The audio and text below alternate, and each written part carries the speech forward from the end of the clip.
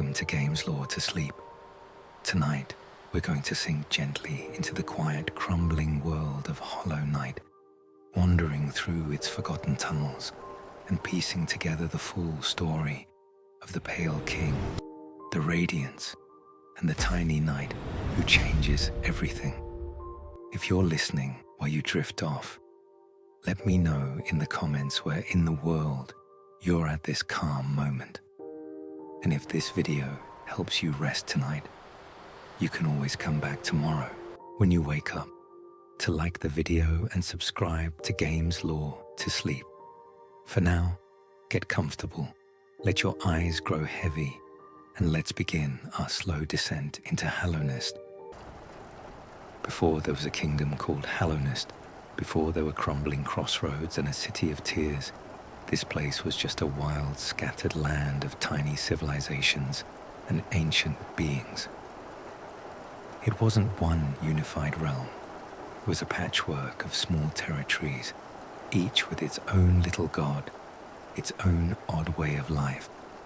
In one region, high on gentle slopes and soft stone, the moths lived quietly, devoted to a being of pure light they called the Radiance. She was not just their god, but their origin, an ancient, luminous presence tied to dreams and memory.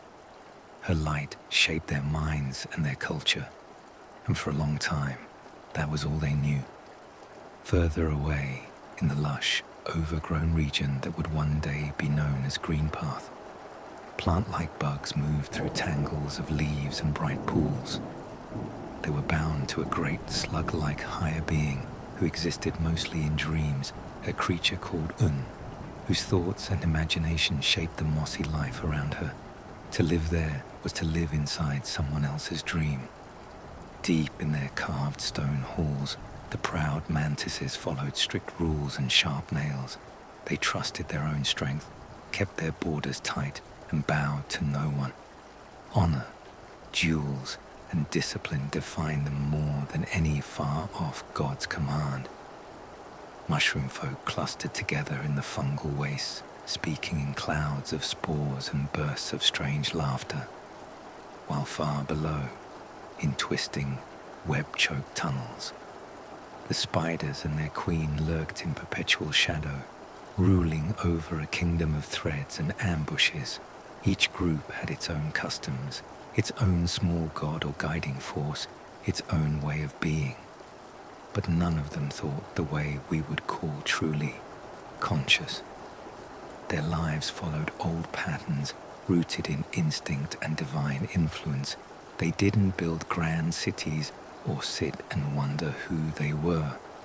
They simply existed, like leaves on trees or stones in a riverbed, shaped by forces older than themselves. That quiet balance did not last. Far away from these little tribes, something ancient was moving. Imagine a creature vast enough to tunnel through mountains, a being so long it seemed more like a living road than an animal. These were worms, enormous, serpent-like entities that crawled through wastelands, their bodies reshaping the earth as they passed.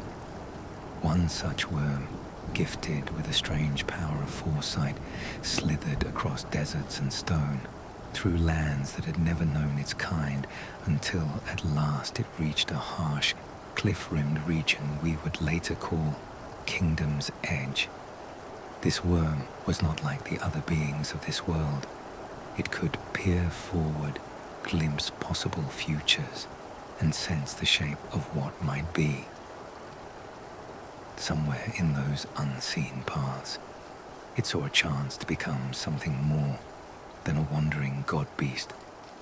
It saw a future where the little, instinct-bound bugs of the underground could be lifted up, reshaped into a true civilization. And it decided that it no longer wanted to remain a colossal, terrifying creature looming over them.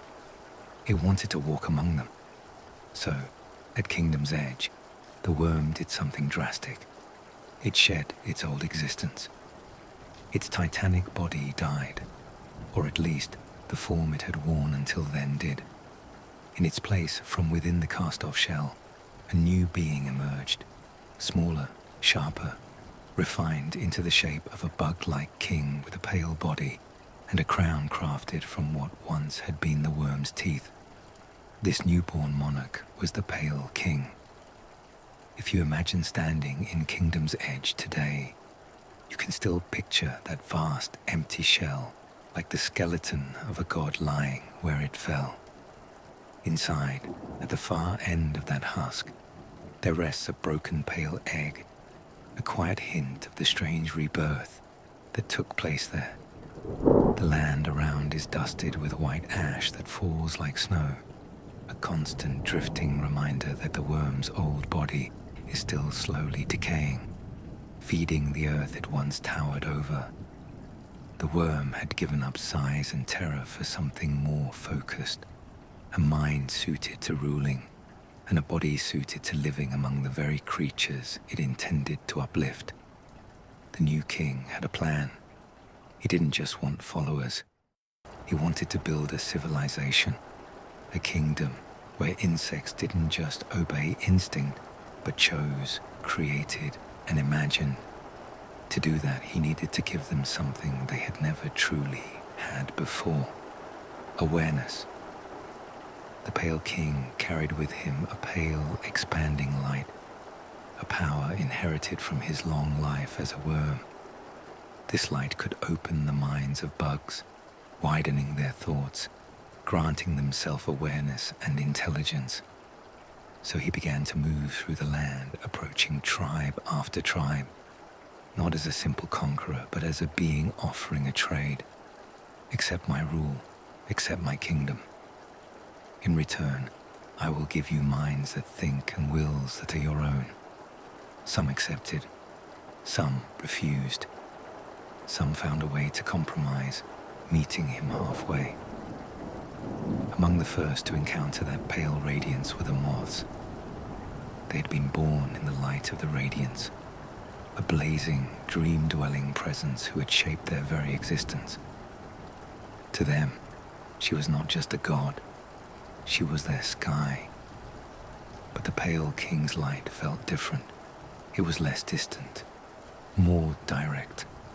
It didn't simply bathe them from afar, it reached into them, gifting them clarity and the ability to see themselves as individuals rather than just pieces of a collective dream. Faced with this new power, the moths made a choice that would echo through history. They turned away from the radiance, replacing their ancient devotion with reverence for the Pale King. As they basked in his light, their memories of their old goddess slowly began to fade, not through violence but through neglect. The radiance, once adored, was pushed into the background of their dreams, then into the corners, and finally nearly forgotten. She was sealed in the realm of dreams, unable to step fully into the waking world, her name leaving the mouths of her children, her image leaving their shrines. But she did not disappear. And she did not forgive. Not every tribe reacted the way the moths did. The Mantis clan, fierce and proud, refused to kneel. They valued their independence and their code of honor far too much to surrender it for any gift, even the gift of expanded thought. The Pale King, seeing their strength and stubbornness, chose another path.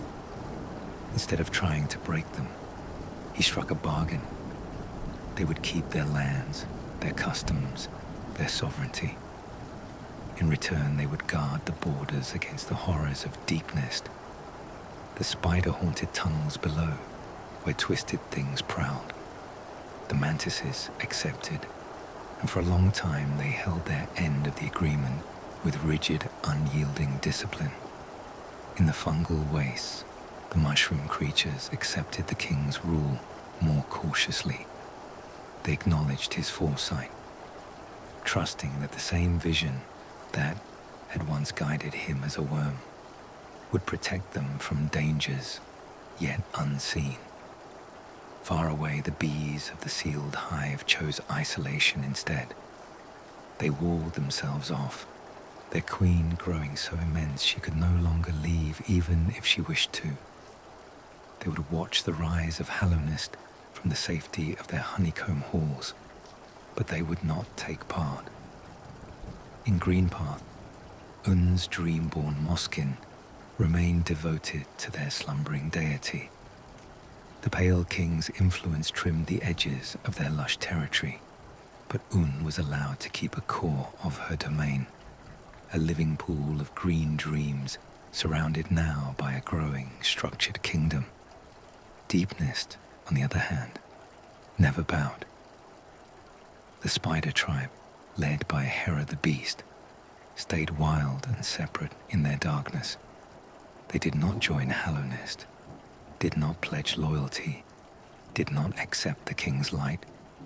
They simply continued to hunt and weave in their own way, carefully apart from his grand experiment. With alliances forged, tensions settled, and most tribes either integrated or tolerated, the Pale King finally set about shaping his dream kingdom in earnest.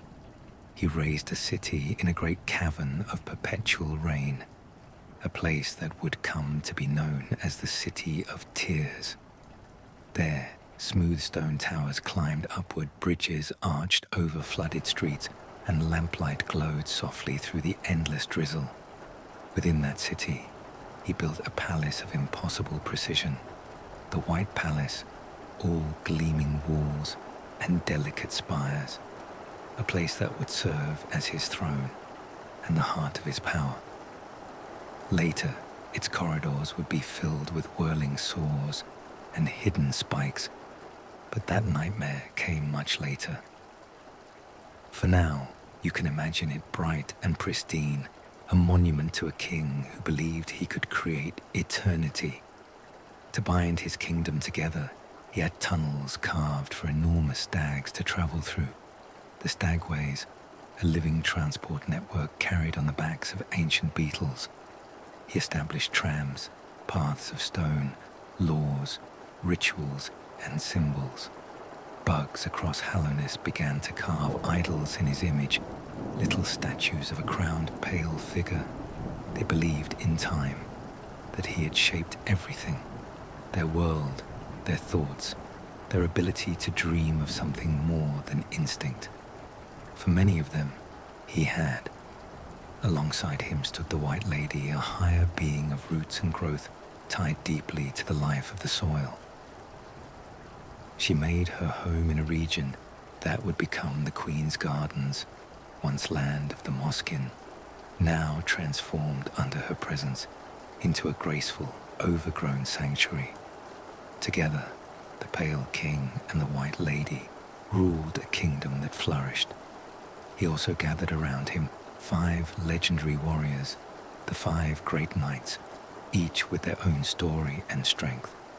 A loyal guardian of the Queen, a creator of strange, resilient fluids, a knight from far-off lands, a giant in heavy armor, and a defender who would cling to duty even after everything fell apart. For a time, it must have seemed like the dream was working. Hallownest grew bright and busy. Thought bloomed in its people. Scholars probed the mysteries of soul, artists created, families lived and worked under the promise of a kingdom that, as the king so often claimed, would last forever. But beneath all of this, far below the City of Tears and the White Palace, there was a place the king knew about and chose, at first, to leave mostly untouched. A place called the Abyss. Imagine a chasm filled not with water or stone, but with void, a liquid darkness that feels almost alive, yet is also utterly empty. This void seemed older than the kingdom, older than the Radiance, perhaps older than nearly anything else in that world. It pooled in the deepest depths, accepting anything that fell into it with cold, silent hunger. The Pale King studied it. He understood that it was powerful, dangerous, and the opposite of the Radiance's brilliant light. For the time being, he treated it like a tool he did not yet need. Above, his kingdom prospered. Below, the void waited. On the surface, everything looked triumphant. The bugs of Hallownest had consciousness and culture. The king and queen ruled from their palace. The city shone, its rain-drenched streets full of life. In the quiet corners of the land, his agreements and compromises held things together. But in the dream realm, something bright and bitter was waking up. The Radiance, ignored and forgotten by her own children, still existed in the place where dreams flow like rivers. She could feel the absence of devotion, feel that the moths no longer remembered her name. And though she had been sealed away, cast aside in favor of a new monarch's light, her nature as a being of memory and dreams gave her one terrible advantage. As long as even a few fragments of her remained in the minds of insects, she had a way back. Tiny echoes of her lingered in the depths of certain minds, old prayers, half-remembered shapes, the vague sense that once, long ago, a different light had watched over them. Through those cracks, she began to reach. At first, it was only strange dreams, glimmers of white wings, eyes made of light, impossible patterns dancing behind closed lids. But those dreams would grow sharper, more insistent, and the kingdom that had been promised eternity was already standing on the edge of a very long fall. Let that image rest in your mind for now. A shining kingdom above, a dark sea of void below, and far away, in the thin, fragile space of dreams, an abandoned goddess beginning to turn her gaze back toward the children who forgot her. Let yourself get comfortable again. You can imagine the rain of the city of tears still falling far above, the white palace gleaming in soft blue light, and deep below all of that, a king beginning to worry. The pale king could feel that something in his perfect plan was shifting. Dreams in his kingdom were changing. Here and there, insects who slept under his light woke with a strange discomfort, as if they had seen an old, wordless symbol in their minds, a shape like a radiant moth, an eye of pure brightness. The radiance, long forgotten by most, was moving in the dream realm. Ignored gods do not always fade politely. Sometimes they cling to whatever scraps of memory remain and tug their way back through. The pale king understood something terrible.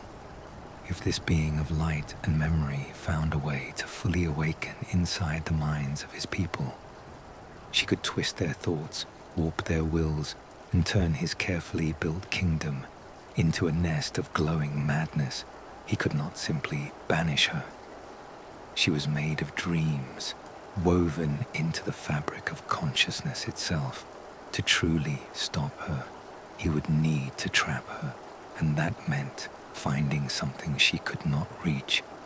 His gaze turned downward toward the one thing he knew stood completely apart from her realm, the abyss, that quiet, awful sea of void. Imagine descending past the familiar paths, past the crossroads and the city of tears, far below the tram lines and carved tunnels, into a part of the world where normal life no longer dares to go. At the bottom of a lonely cliffside beyond a broken lighthouse, there is a door once sealed by the king himself.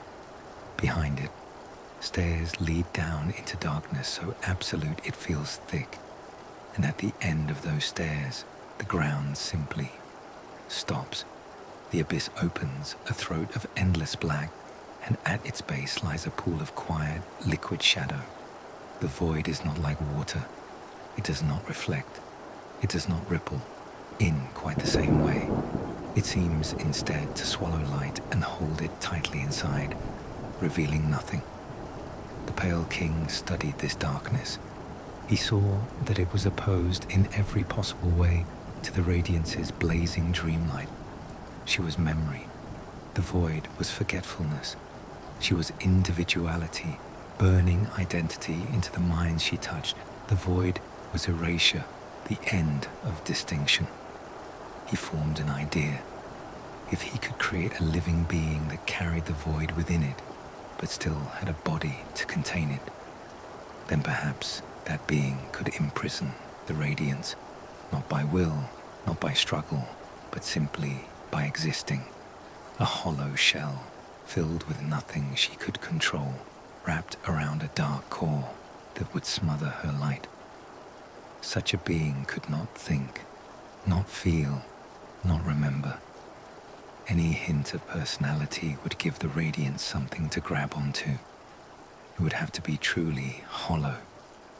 To make such a vessel, the Pale King and the White Lady turned to the deepest powers at their disposal. The White Lady's nature was bound to growth and life. Her roots spread far unseen, threading through soil and stone. From her, the king could draw the potential for form and structure, the shape of a child, the pattern of a small, strong body. From the void, he could draw the opposite of a soul. In the hidden places of the abyss, something like an egg began to form, and then many eggs, pale and fragile, hanging like lanterns in the dark. From these, one after another, small white creatures emerged, tiny figures with smooth masks for faces, empty eyes, and stunted horns. They were not named. They were not held. They were not treated as sons or daughters. They were vessels. The Pale King threw open the doors to the abyss and let them climb. Imagine it. Countless small shapes scrabbling up the jagged walls, leaping from ledge to ledge, drawn by some silent instinct toward the light far above. They moved in silence. No crying, no laughter, no little voices asking questions. Just the sound of small feet and the soft scrape of claws on stone. The king watched them from the heights, his cloak bright against the darkness. He was not simply hoping one would reach him.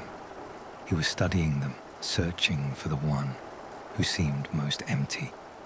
Any vessel that showed hesitation, fear, or attachment, anyone that reached for another or recoiled from the abyss beneath them, these were flaws. Emotion meant a crack in the shell. A crack meant the radiance could seep in. So as they climbed, many fell. Some were pushed back by forces we can only imagine. Some reached the ledges, only to be turned away. Those that failed returned to the void below, their pale forms swallowed in its silent embrace.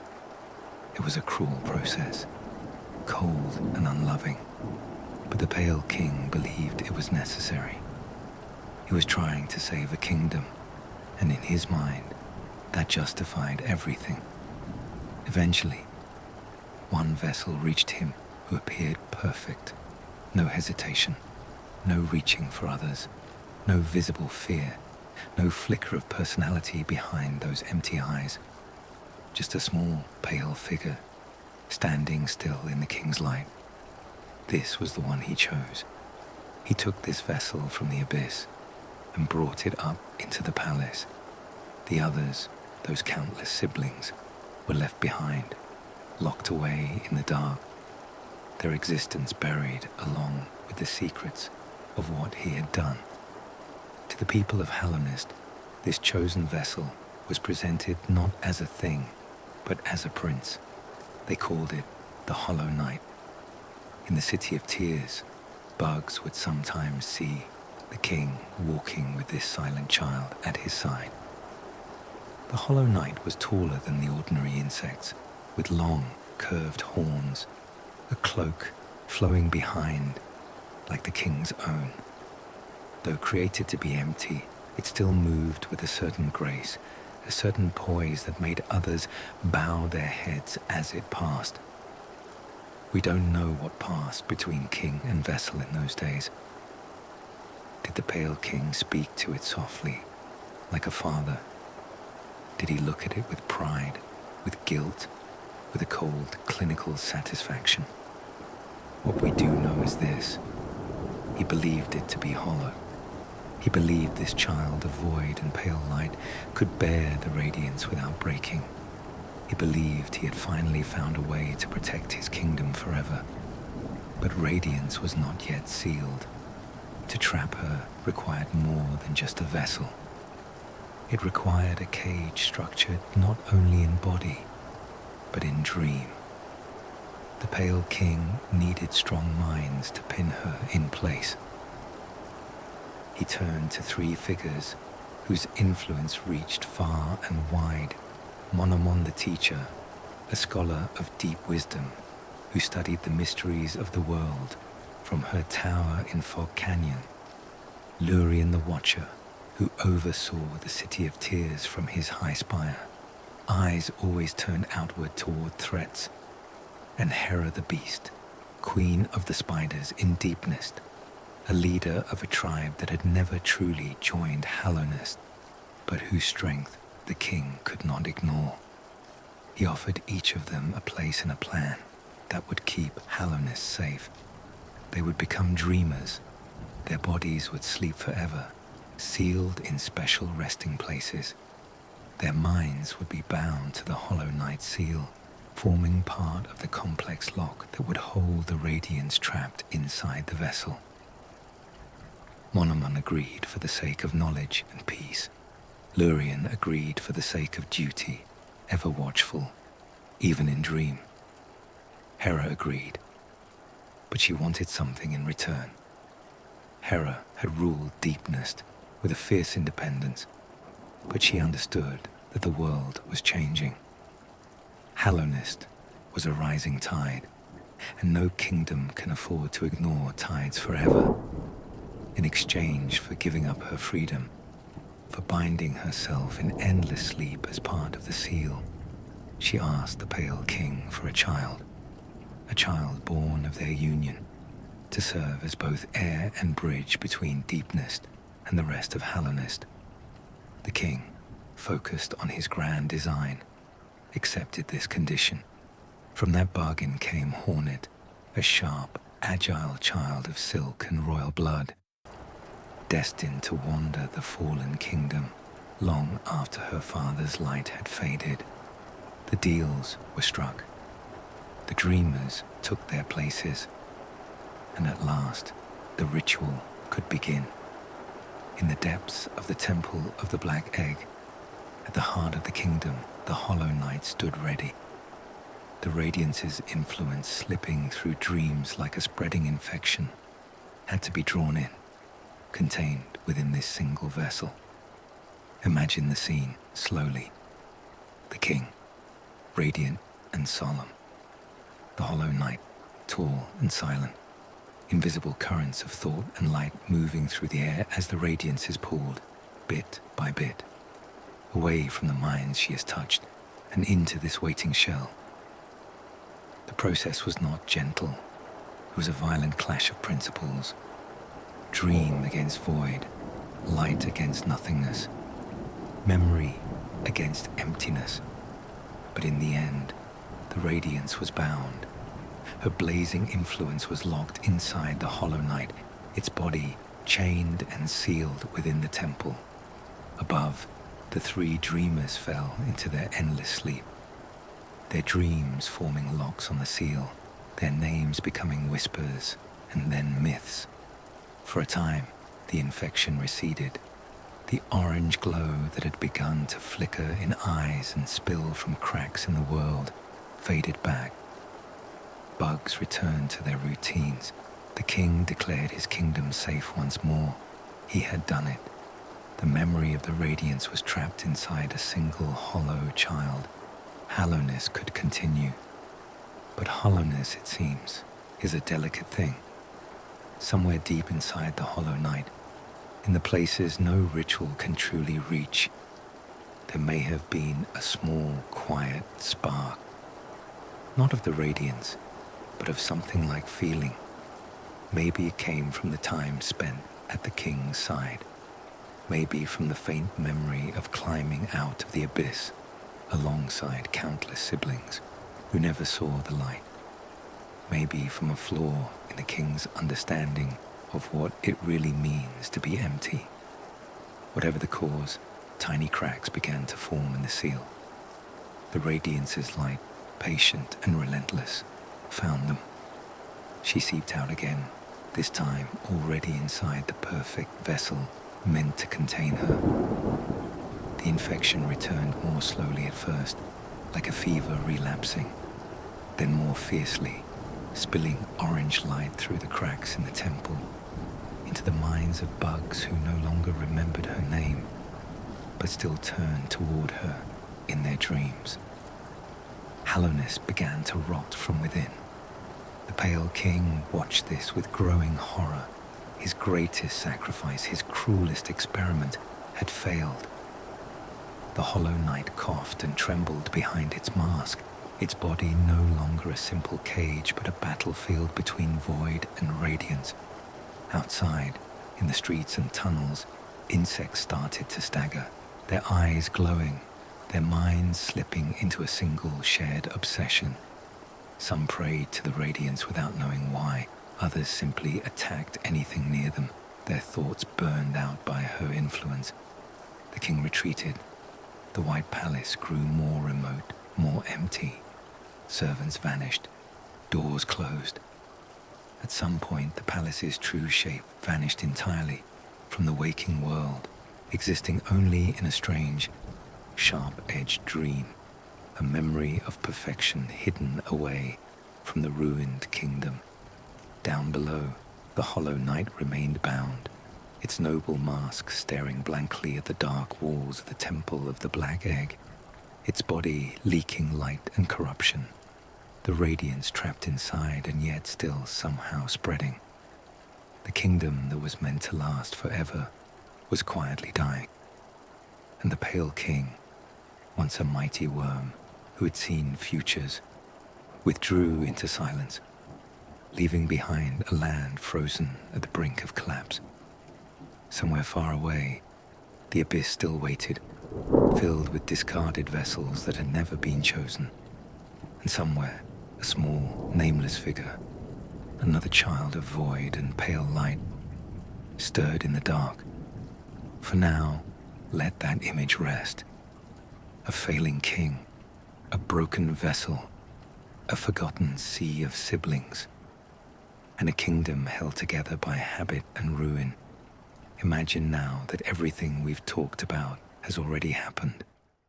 The worm has become the Pale King. Hallownest has risen and fallen. The Radiance is sealed and leaking at the same time. The king is gone, his palace hidden away, like a bad memory. The hollow knight stands chained in the Temple of the Black Egg, its body quietly failing. The kingdom is not dead yet, but it isn't truly alive either.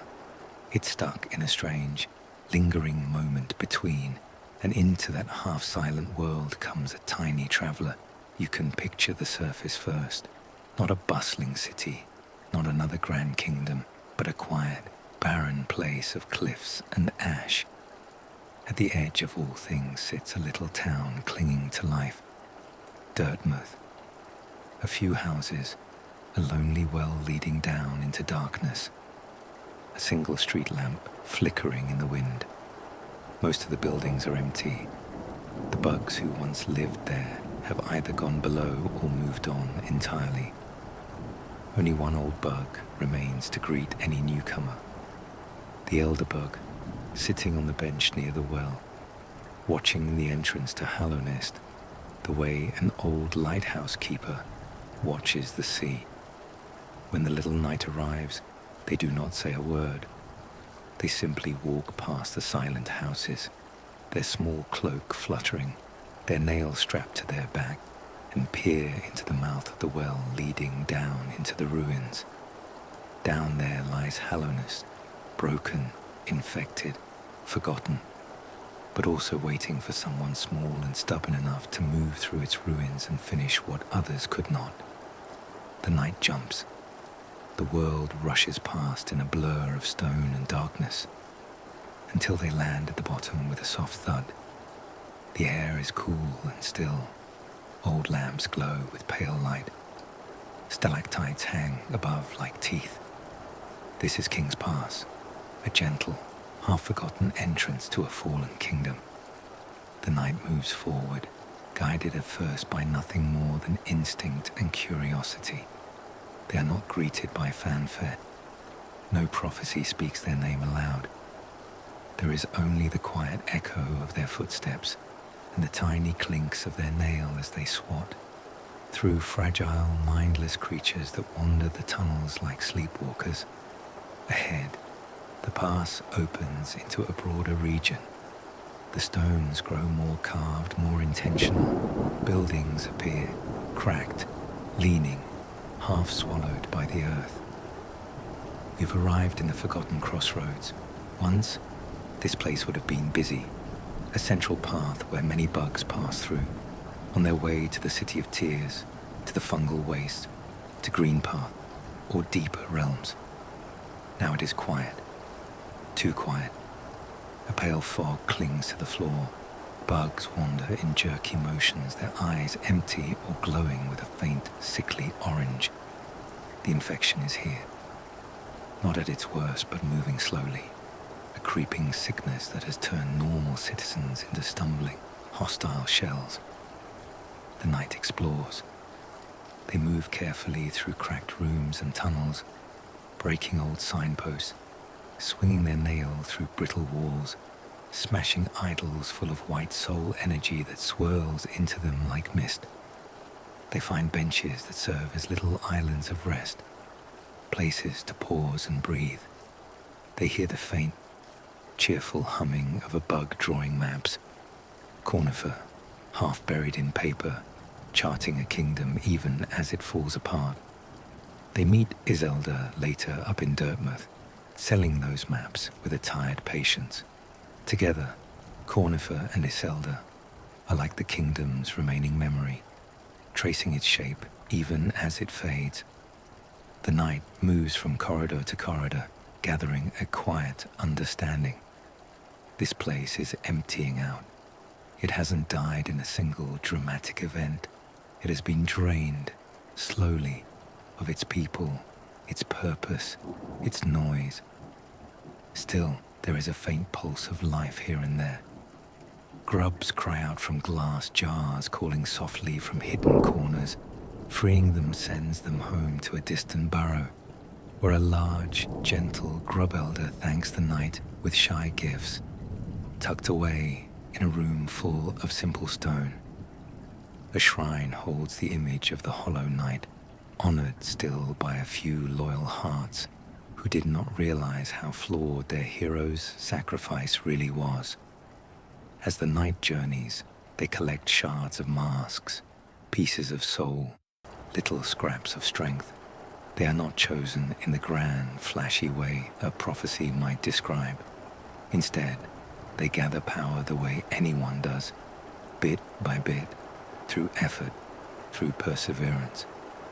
Eventually, they stumble upon something taller and more imposing than the shambling infected bugs. The false knight, a hulking figure in armor, swinging a massive mace, bellowing in clumsy rage. But the armor is a lie. Inside it, hiding in the chest cavity, is a small maggot, a cowardly creature who stole the armor of a once great guard and fit itself inside. When the knight shatters the shell, the maggot tumbles out, exposed and pitiful. It had hoped to claim strength by wearing the image of a protector. In the end, it could not act the part. It's an early echo of Hallownest's larger tragedy. A small being trying to wear a role too big for it, hoping appearance alone will be enough. Deeper in the crossroads, past more infected wanderers and hidden treasures, the knight finds a huge, sealed door with a familiar pattern. Spirals, egg shapes, signs of something important behind it. And at last, an elevator, a lift that rattles upward toward the City of Tears. Though for now, it remains locked, waiting for a crest and a key the knight has not yet found. So they turn away, searching for other paths. Hallownest does not open itself in a straight line. It must be coaxed piece by piece, its roots unlocked through curiosity and patience. It isn't long before the night finds a ledge overlooking a deep chasm, with a sign pointing toward greenery, toward life. They step forward. The stone walls give way to soft moss and swaying leaves. The air is thicker, warmer, filled with drifting spores and the quiet song of distant creatures. The night has reached Green Path. If the crossroads feel like an abandoned town, Green Path feels like a forest claiming its freedom. Vines hang from the ceiling, pools of glowing acid swirl below, and strange mossy bugs patrol their territory with a kind of lazy menace. Statues coated in green growth hint at old worship, perhaps remnants of Un's presence, still clinging to the stone. As the night travels, they're not alone. A swift, needle-wielding figure flashes through the trees and platforms, never staying anywhere for long. This is Hornet. She appears first as a fleeting shadow, then as a clear, sharp opponent, her voice cutting through the ambient quiet with a rare, spoken challenge. To her, the night is not yet an ally or a savior. They are a threat, a child of the abyss, moving through a kingdom already brought to the edge of ruin by one of their kind. She tests them. In a clearing surrounded by tall stone pillars and soft waving grasses, Hornet and the night clash. Her needle strikes fast, her thread pulling her out of reach and back into the fray. The night, small and silent, answers only with the steady rhythm of nail swings and careful dodges. When the battle ends and Hornet yields, she does not simply vanish. She looks at the night, recognizing in them something painfully familiar. The echo of the hollow night, the scent of the abyss, the touch of the pale king's design, and the void's quiet hunger. She lets them live. More than that, she allows them to continue the path downward, perhaps suspecting that this small traveler might be able to finish a story that has been stalled for too long. Green Path, for all its beauty, is not untouched by the infection. Some of its dwellers are swollen with orange light, their bodies swelling and bursting in clouds of burning spores. Even here, in what feels like one of the more living parts of Hallownest, the Radiance's influence is seeping in. The night presses on, unlocking shortcuts, ringing the bell to call the ancient stag who can now carry them between stations, connecting Dirtmouth, Crossroads, Green Path and beyond with the steady beat of his hooves. Each new bell is like waking up a memory. The stag remembers the paths, remembers the old days when riders were numerous and voices echoed in the stations. Now he carries only one small night, but he does so gladly, honored that someone still cares to move through the old ways. Soon, the night begins to find more than just enemies and scenery. They discover whispering roots, trees filled with flickering memories that spill essence when touched. They meet ghosts of fallen warriors, remnants of lives cut short by war, infection, or simple misfortune. And they hear whispers of the Temple of the Black Egg, a structure back near the crossroads that has stood silent for ages, housing a great shape behind its cracked shell.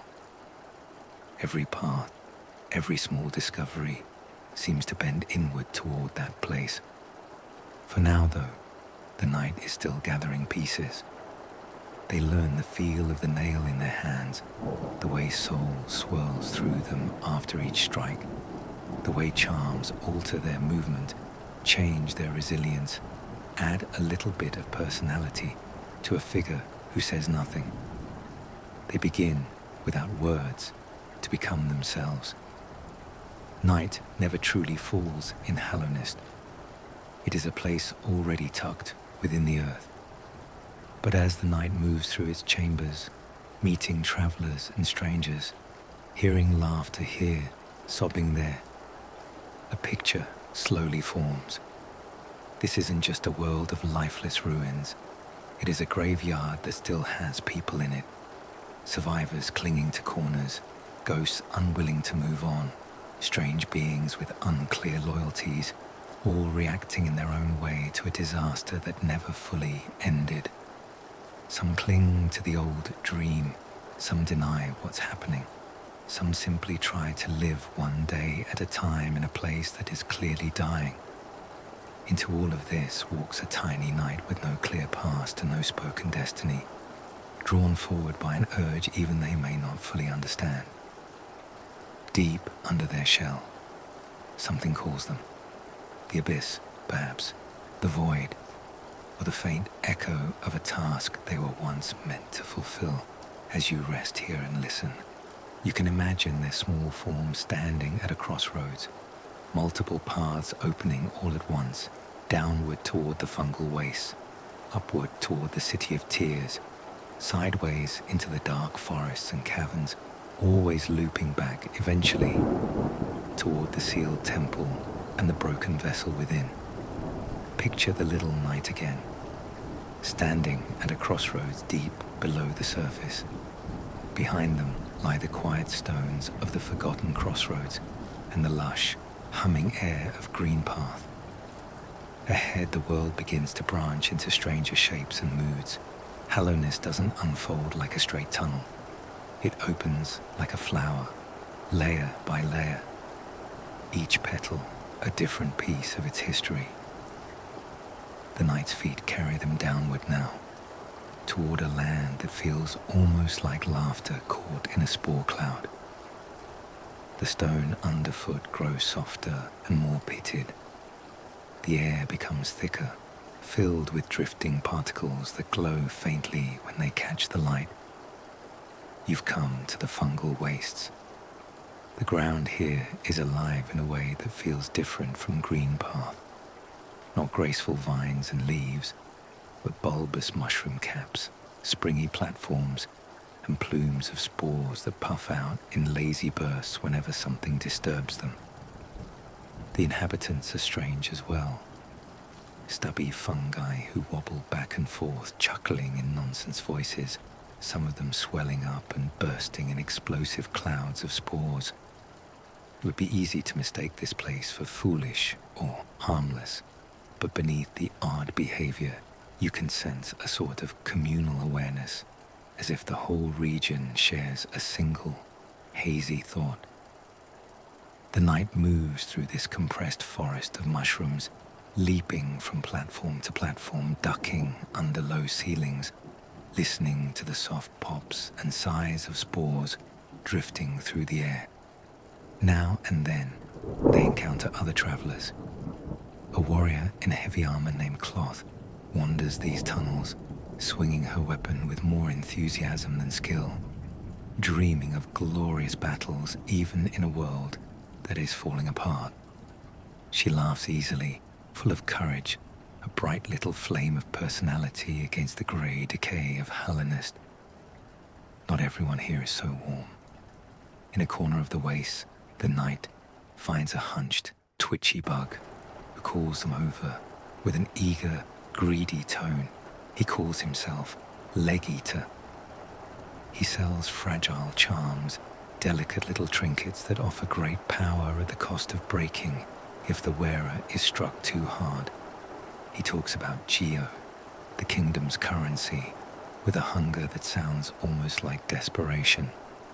Even in a fallen land, there are still people who try to survive by trading risk for reward.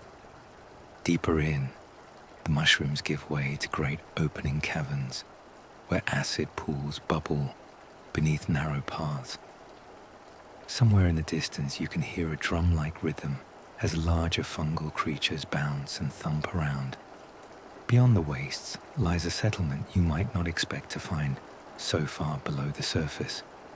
A place of tall towers and constant rain, where lamplight reflects in endless puddles. But before the night reaches it, they must face a proud, stubborn obstacle, one set long ago by the Pale King himself. On the border between fungal lands and deeper tunnels stands a village carved into stone pillars and hanging platforms, the Mantis Village. Here, everything is sharp and deliberate. Walkways are clean, spikes line the floors and ceilings, and every inhabitant moves with the purposeful grace of a trained fighter. The mantises never bow to the king, and even now, long after his light has faded, they enforce their own rules with unwavering discipline. As the night enters their domain, the mantises strike without hesitation. They leap and slash with hooked claws, test the intruder's reflexes, measure their strength. This is not mindless aggression, it's a trial. The night pushes downward, unlocking levers, opening shortcuts, until at last they stand before a grand chamber, lit by soft, focused light. 3 mantises sit on high thrones, silent and waiting. These are the Mantis Lords. They descend one at a time, then together, moving in perfect practice patterns. Their attacks are fast and elegant, like a dance learned over countless generations. The fight is not just a battle for survival. It is a conversation in the language of blades. Can you match our skill? Can you read our movements? Will you break under pressure or answer with your own rhythm? When the night finally stands alone, breathing quietly amid the fading echoes of the duel, the Mantis Lords do something unexpected. They bow, they pull their claws back, stop their attacks, and order the rest of the mantises to stand down. From that moment on, the Mantis tribe no longer treats the night as an intruder to be killed on sight. They become a strange sort of ally, respectful adversaries turned reluctant neighbors. Beyond their village, hidden passages lead toward a place the mantises themselves strive to keep contained. The entrance to Deep Nest. For now, the night may peer into that darkness and feel it staring back, tunnels choked with webs, things moving just out of sight. They will return there later. Deep Nest is an entire nightmare of its own. Instead, another path leads upward and inward, toward stone walkways, iron gates, and the sound of falling water. The night's journey takes them to the outskirts of a drowned metropolis, the City of Tears. Imagine entering a vast cavern where rain falls constantly from the stone ceiling above, as if the sky itself has been trapped underground and set to weep forever. Tall buildings rise on all sides, their windows glowing dimly. Bridges cross over flooded streets. Lampposts stand at regular intervals, still doing their duty long after most of the city's citizens are gone. This was once the heart of Hallownest. The city is full of husks, bugs in tattered clothes and armor, still clinging to their old roles even as the infection pulses inside them. Some stagger aimlessly, others attack with rusty weapons or fling remnants of their former spells. In one corner of the city, a quiet scholarly bug named Relic Seeker Lem picks through the ruins, collecting old trinkets and idols. He buys relics from the night, tablets, seals, records. To him, they are not just junk, they are pieces of a story. He talks of the king with a measured tone, neither worshipful nor spiteful, only curious. History, to Lem, is something to be understood, not revered or buried. Elsewhere, the knight finds a small house where a stern craftsman waits, the nailsmith. He looks up from his work as the knight enters, eyes narrowed with interest. Here is someone still devoted to their craft, even as the world around him crumbles and rots. He offers to reshape the knight's nail, sharpening it, tempering it, if given the right materials.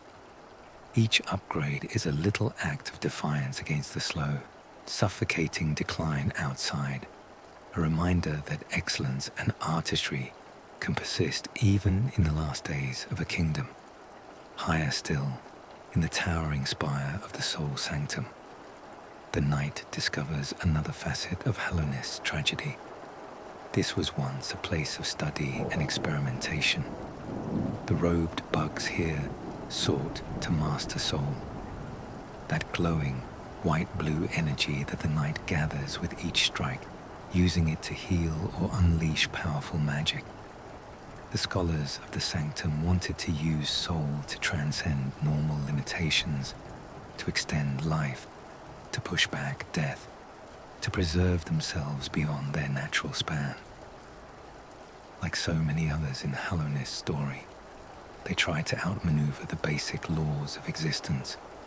Now the sanctum is full of floating husks, their heads swollen and warped, their minds burned out by the very soul they tried to control.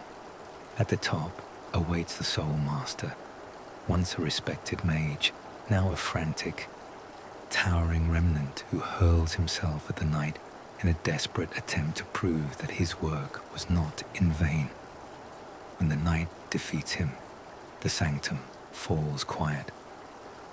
The experiments are over.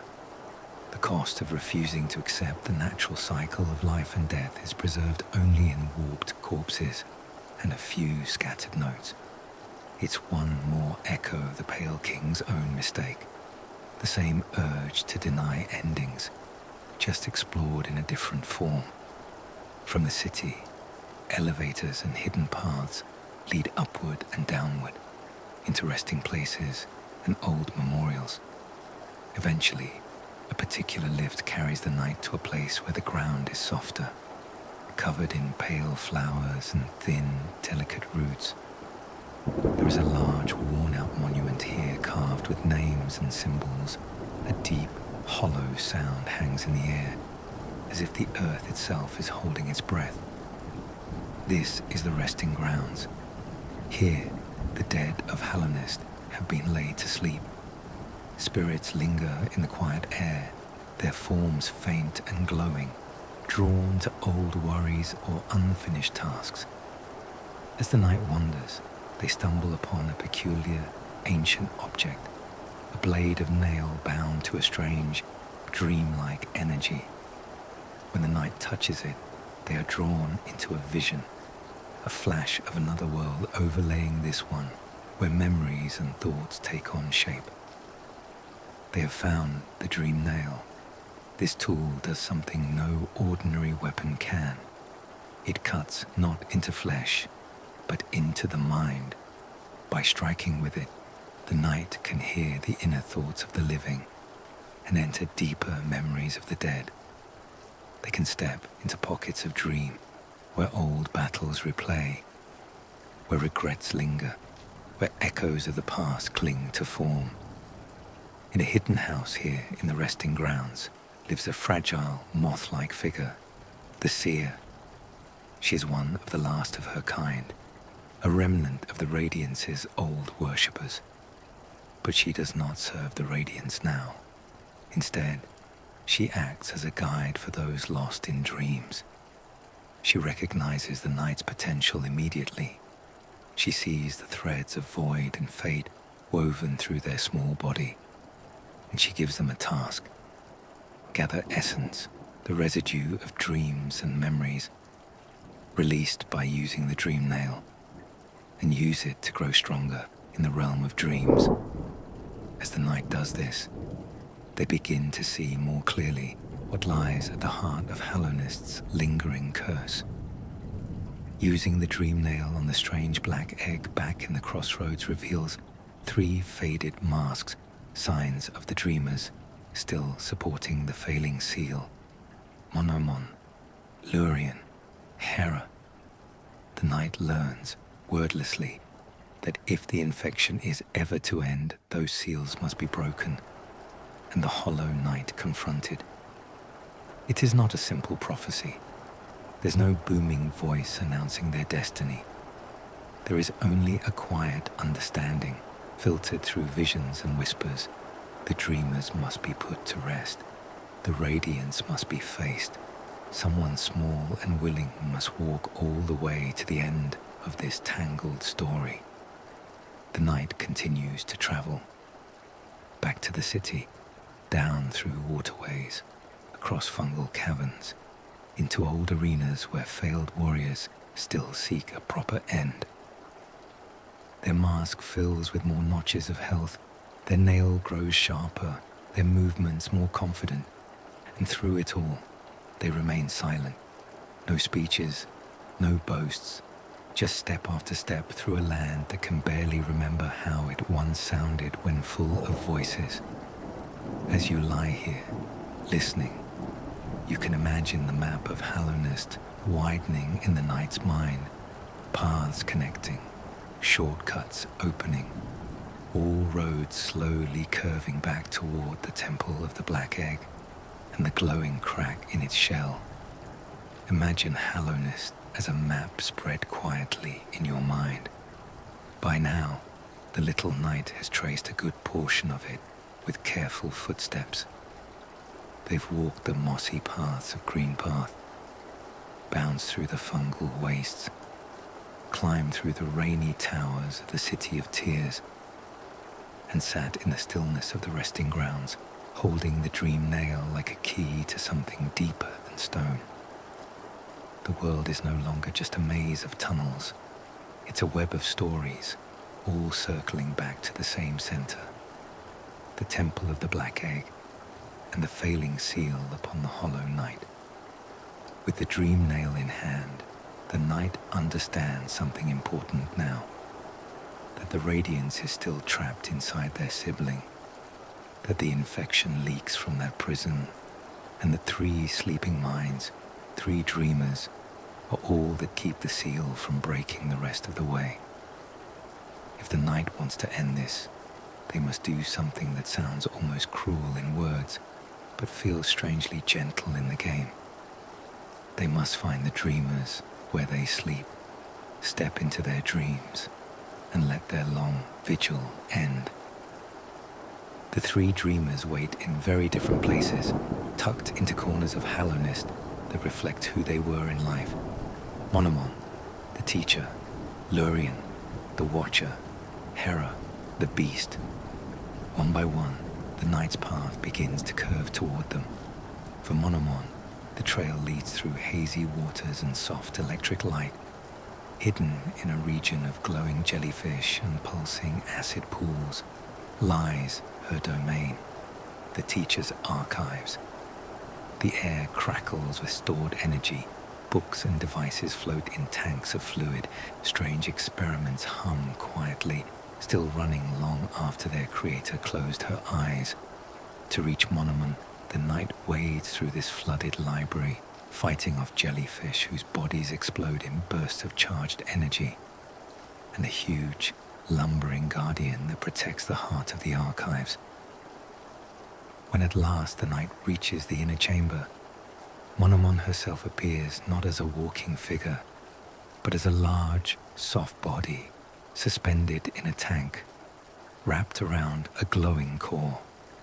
Her face is calm, her form is still. She's been sleeping for a very long time. With the dream nail, the knight steps into her mind. Inside, she doesn't rage or resist. She speaks with a kind of quiet acceptance. She seems to understand that the time for her sacrifice is over, that the deal she made with the Pale King has stretched on long past the point of purpose. When the night strikes her gently in this dream space, her essence dissolves into drifting particles, and somewhere, far away, one piece of the seal on the temple's egg cracks and falls away. The teacher is at rest. For Lurian, the journey climbs instead of sinks. High above the City of Tears, past elevators and rooftops and narrow walkways in the rain, stands a tall, lonely tower, the place of the Watcher. Inside, the city's old guardians lie in heaps, their armor rusting, their eyes empty. They once served Lurian and the king diligently, but there is little left to guard. At the tower's peak, Lurien sleeps in a small chamber, body cocooned in a delicate apparatus that suspends him in endless rest. He was devoted to Hallownest, devoted to watching over it, and now that devotion has become a still, unblinking gaze turned inward, again, the dream nail becomes a bridge. In Lurien's dream, you can feel how tightly he clung to duty. To him, agreeing to sleep forever as part of the seal was not a burden, but an honor. Yet even the most loyal watch must end. When the night's blow lands in the dream, his presence fades, his watchtower grows just a bit emptier, and another fragment of the seal on the temple of the black egg crumbles away. The watcher sleeps for real now. Hera, the beast, is different. To find her, the knight must finally step fully into the realm everyone else has been keeping at arm's length. Deepnest. If you imagine Hallownest as a body, Deepnest feels like its nightmares. The walls here are uneven and organic, more like the insides of something alive than carved stone. Webs cling to every surface, shifting in unseen breezes. The music, if you can call it that, is a mix of distant skittering and muffled clacks. Creatures move just beyond the night's immediate sight. Spiders of all sizes, things that pretend to be corpses and then lunge, twisted husks that have grown long legs and sharp, reaching limbs. Even the ground is not always what it seems. Some platforms give way to pits, others conceal writhing nests of smaller, biting things.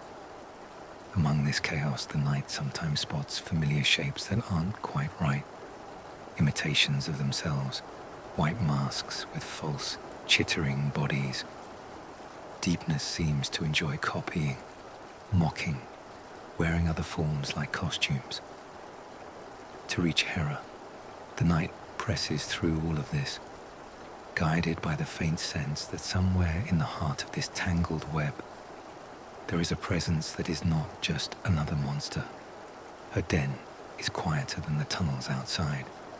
Hera lies there, a large figure suspended in webbing, sleeping with a posture that suggests enduring strength, even in stillness. The night raises the dream nail once more. In Hera's dream, there is the echo of that old bargain, her agreement to become a dreamer in exchange for a child, for Hornet's existence. She is not friendly, but she isn't surprised either. She understands what must be done. When the night strikes, her dream ends, and the last of the three dreamers is released from their endless duty. Far away, in the temple, the final lock breaks. The great door that has stayed shut for longer than anyone can remember is now ready to open. But the night is not finished preparing. There is still a deeper truth to face before the story can truly end. Somewhere along these journeys, clues begin to tug the night toward one of the strangest places in Hallownest's memory, the White Palace. The palace does not exist in the waking world anymore. It is tucked into a jagged shard of dream, accessible through a charm and a hidden path inside the statue of a king deep below. When the night enters this dream palace, the mood shifts sharply. Gone is the organic, crumbling feel of much of Hallownest. Here, everything is bright and sharply defined. White platforms, clean architecture, and strangely, deadly moving traps. Saw blades spin along the floors and ceilings. Spikes jut up from wherever a foot might fall. The place feels less like a royal home now, and more like a trial left behind by a mind that could not stop trying to control everything. The night moves through this maze of pain in silence, throwing themselves again and again through narrow gaps and time jumps, enduring failure and returning inch by inch toward the heart of the palace. Deeper in, the brightness starts to feel almost oppressive. like the pale king's will still lingers as pressure in the air. At last, the knight reaches a quiet throne room. There, sitting motionless on his seat, is the husk of the pale king. He is small now, much smaller than his old worm form, and very still. No speeches, no more, no cost too great, just the simple, undeniable stillness of death. In his grasp, or nearby in this place, aimed entirely at one final visitor. The knight finds something important, a charm, a fragment of the king's essence. What in the game is called a part of the king's soul? It is a remnant of what he was and what he tried to be. Not all of him, but enough of his broken presence to matter. Half of something. The knight takes it, and the palace fades behind them like a hard, white dream. To complete this broken charm, the knight must seek out the other parent in this story. The White Lady, far from the city, in a place reclaimed by plants and thorns, she waits. The Queen's gardens are beautiful and overgrown, arches wrapped in vines, platforms softened by moss, statues half swallowed by roots. Here, the memory of Hallownest's nobility is far more gentle than in the White Palace. Hidden in a deep, quiet chamber, the knight finds her, a great, rooted being. Bound partly in a cocoon, her form long and pale, her voice soft and heavy with regret. She feels the knight's approach before they say or do anything. She recognizes what they are, even if they have no words for it themselves. She calls them ghost, as Hornet does. She speaks of the vessels not as tools, but as her children, and calls their creation her greatest shame. When the knight shows her the half of the king's essence taken from the White Palace, she knows what to do. She offers the other half freely.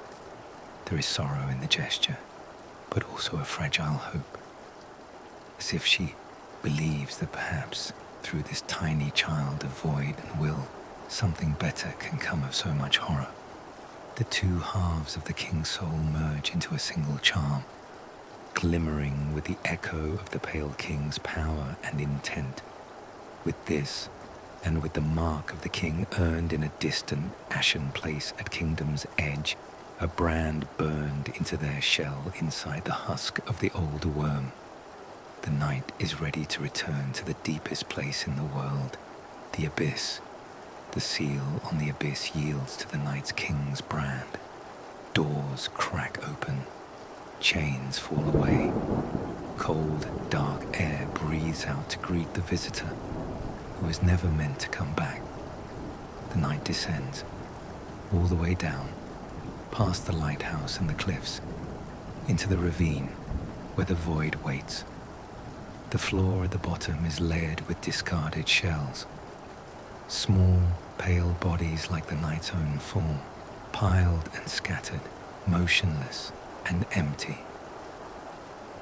These were the failures left behind when the pale king chose a single vessel and sealed the rest away. As the night walks among them, shadows stir, faint, oily shapes that rise up like smoke and slide back into the pool of void. The abyss is not angry. It's not even sad. It is simply there.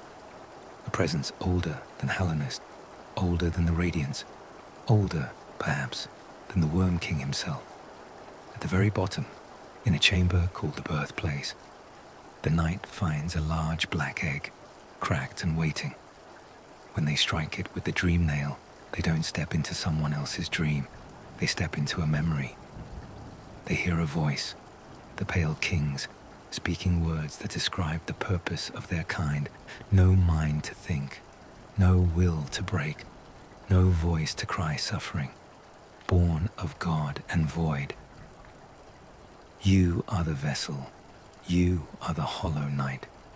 The knight understands in that echoing vision that they were meant to be exactly what their sibling became, the one chosen vessel, the cage for the Radiance, the silent prison.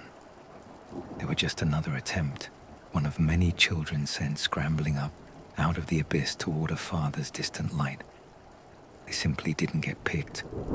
And yet, here they are, small, flawed, full of will and choice and the quiet stubbornness that brought them all the way back home. The charm in their hands changes. The king's soul, a symbol of the pale king's design, twists and deepens, becoming something new. Void heart. It isn't just a trinket. It's a moment of acceptance. The night is no longer just a discarded vessel trying to fit into someone else's plan.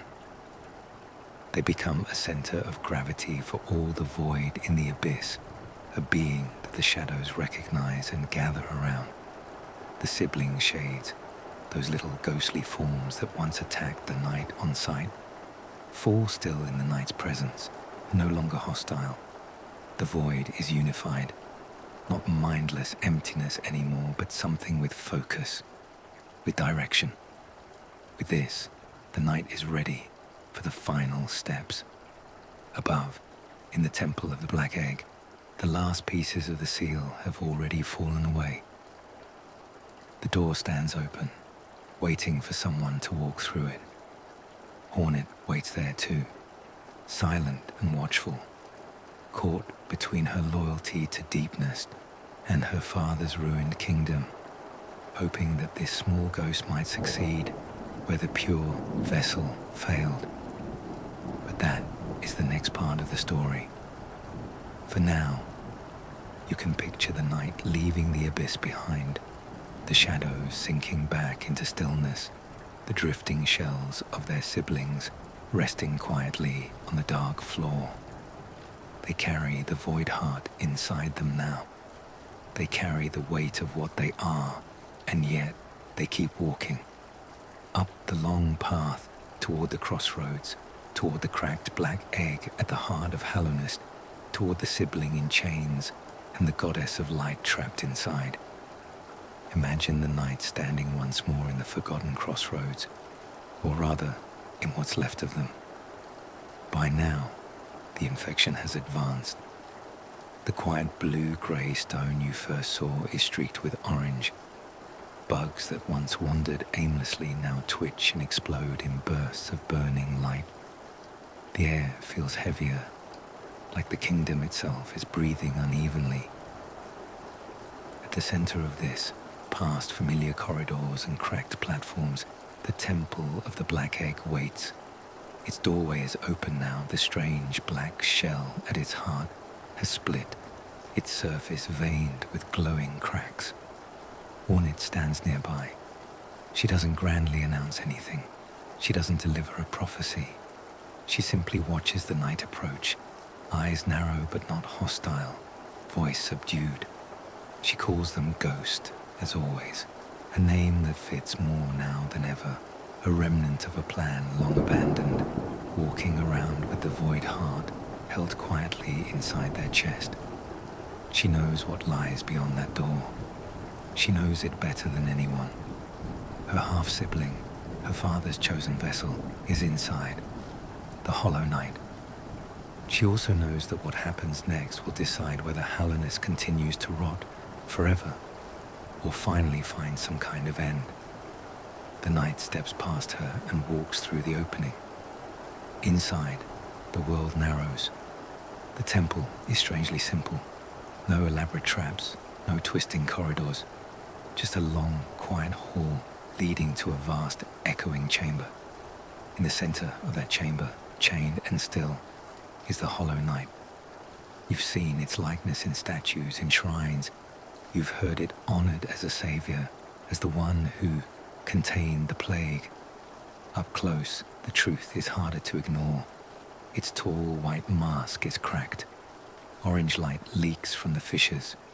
Chains bind its wrists and ankles, pinning it in place like a tool placed back on its hook after use. For a moment, nothing moves.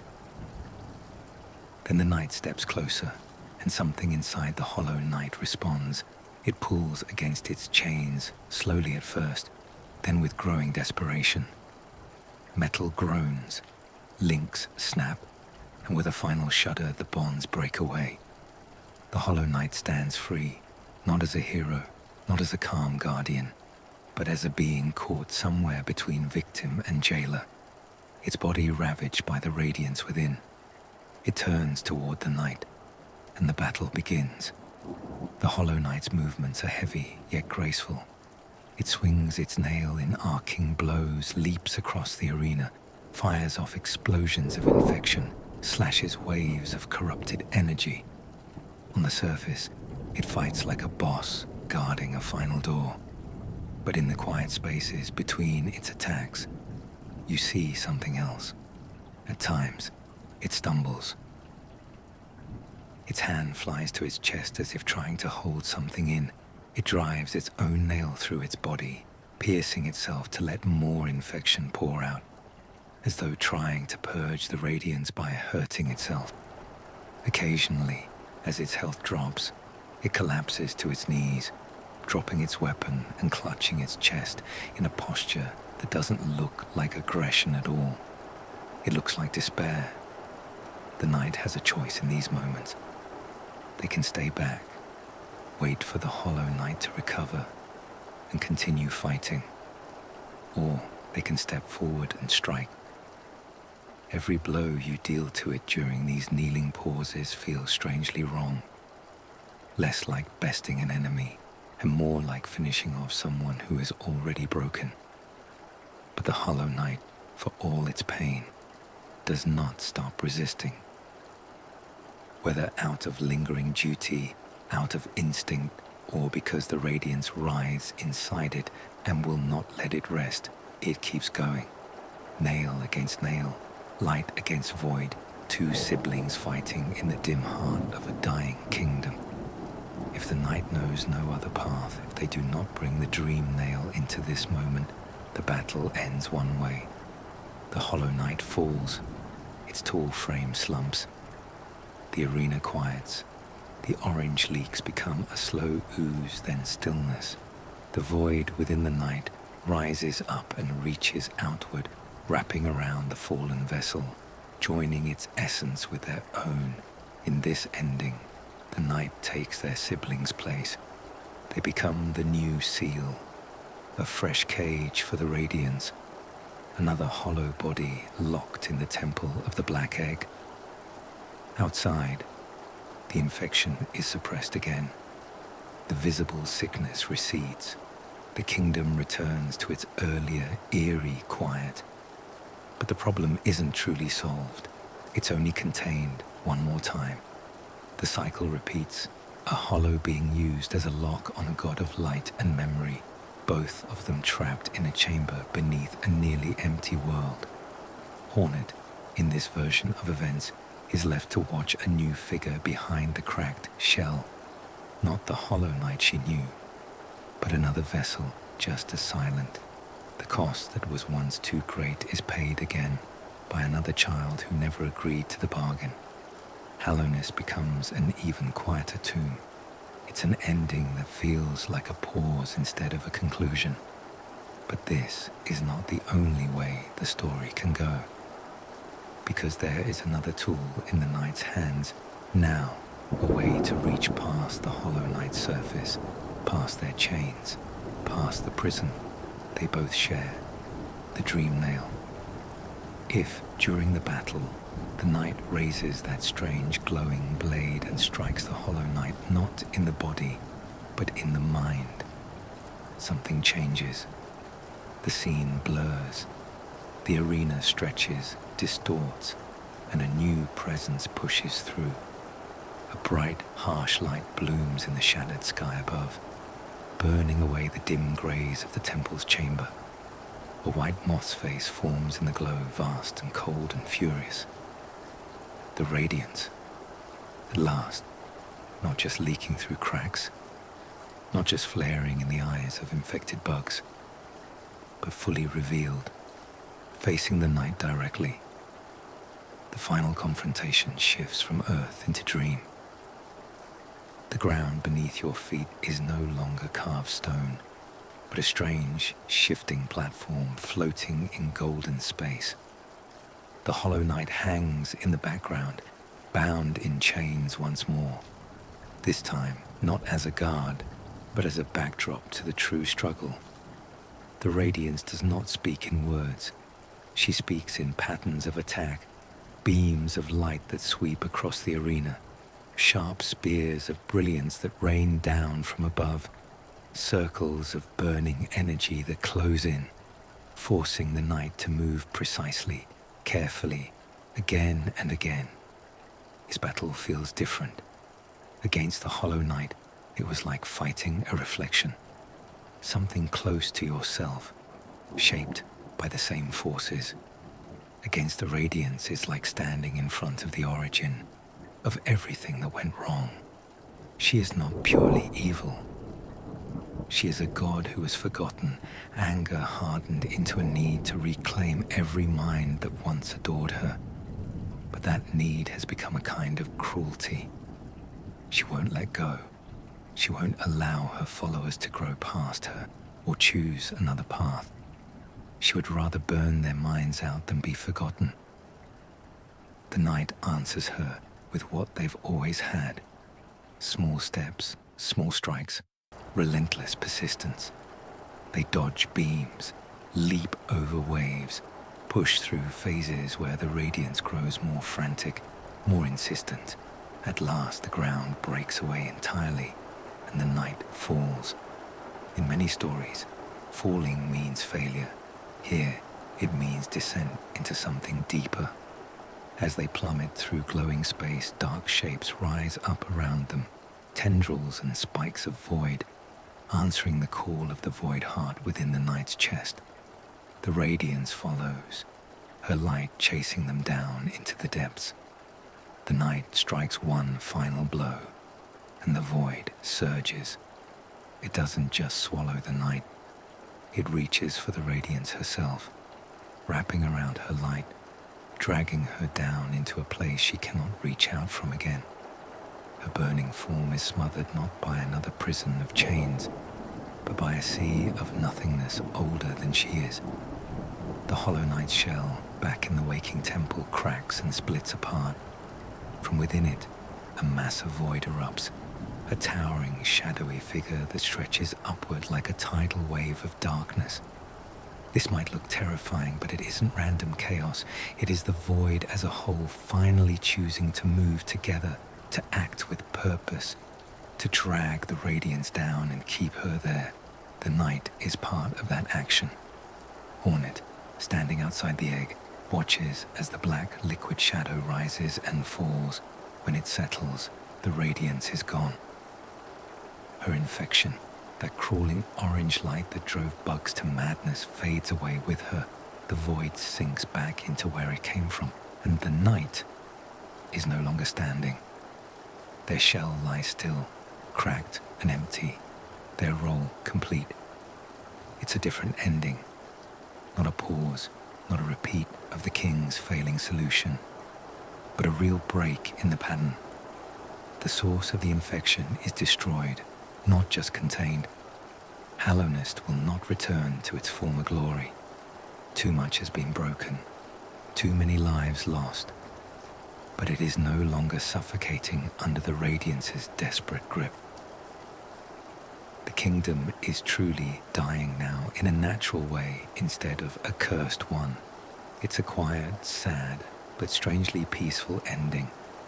One small ghost, born from God and void, who wasn't chosen at first, walked all the way back to the heart of the world and set it free, even though it cost them everything.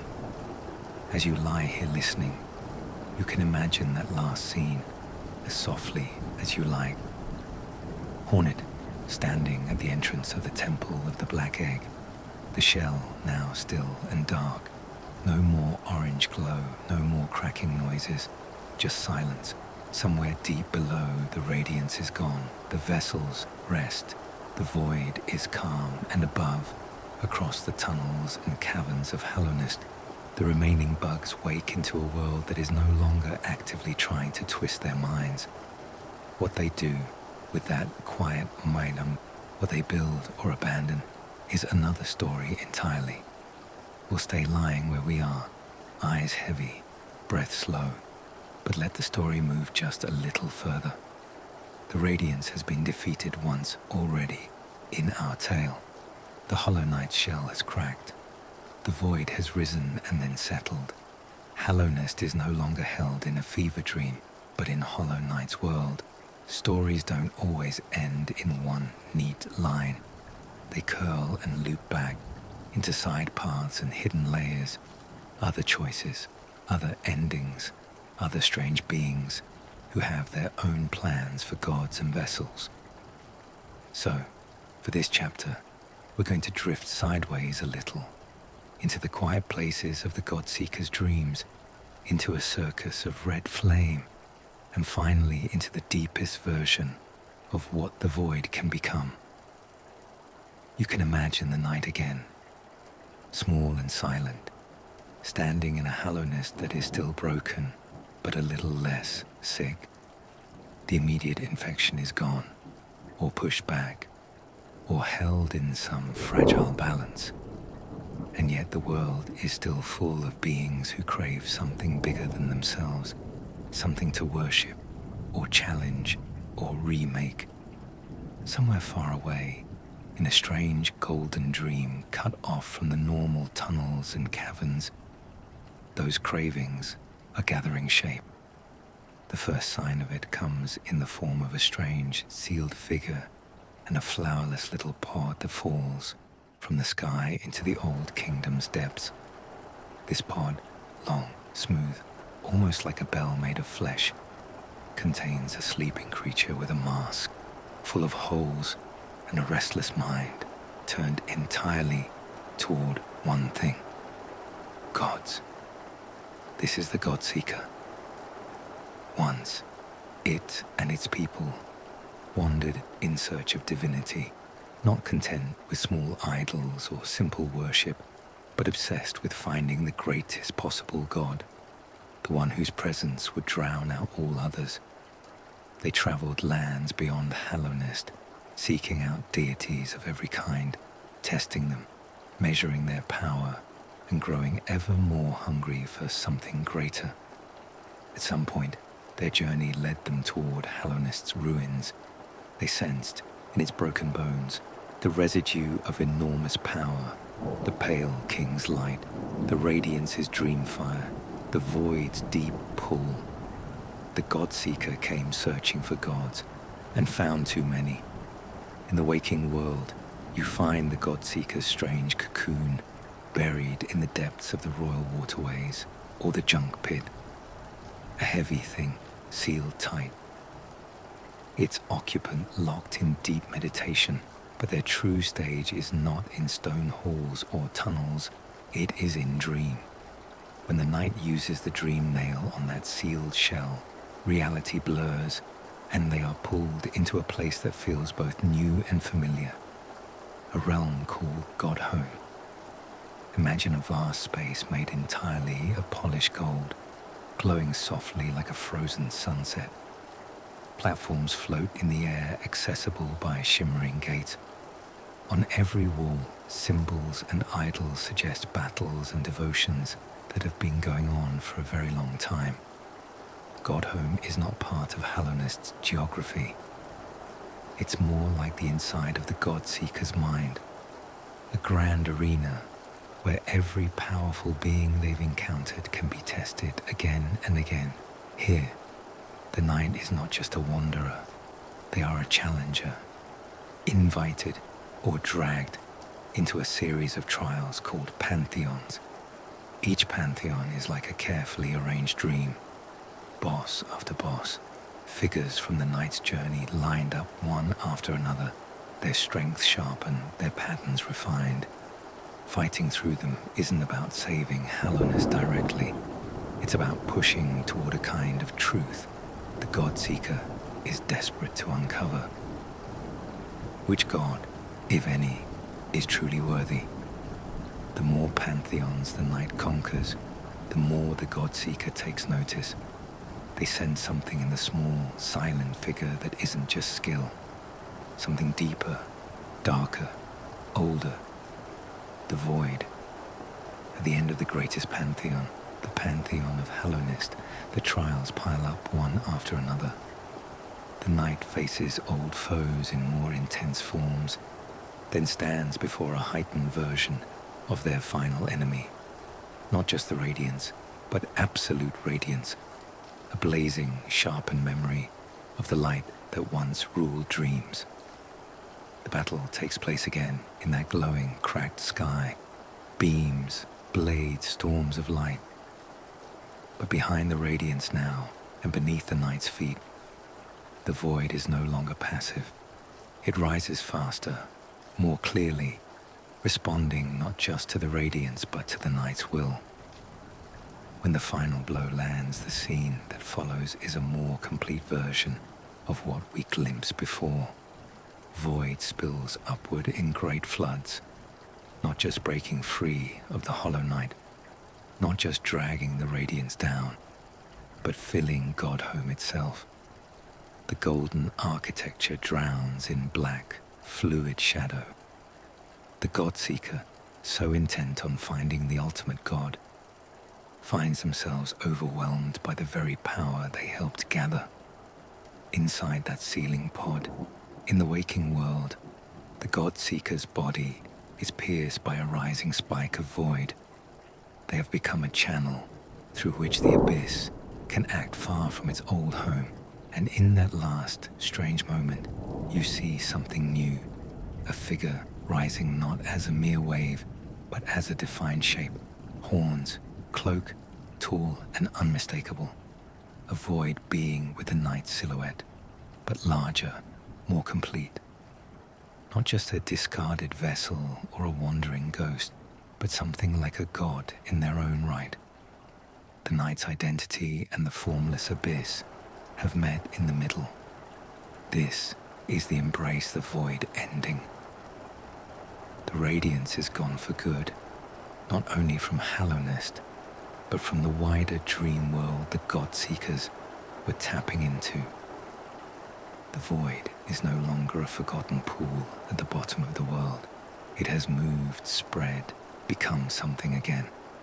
And at its center, there is that small will that walked so patiently through Hallownest's ruins. If you imagine this slowly, it feels less like an explosion and more like a tide. The God-seeker closed itself around divinity like a clam, certain it could judge and contain every god it found. And in the end, it cracked open to release something it never expected. Not a shining sun or a towering statue, but the collected will of the forgotten, the discarded, the broken children of the abyss, given shape and focus by a single knight who refused to stop walking. This doesn't turn the knight into a simple villain or a simple saint. It turns them into a kind of answer. Where the Pale King tried to control the void, to use a single vessel as a lock, the knight accepts it, and in doing so, allows it to become whole. Hallownest doesn't rise again. The old kingdom is still over, but the story of the void has moved on to a new page.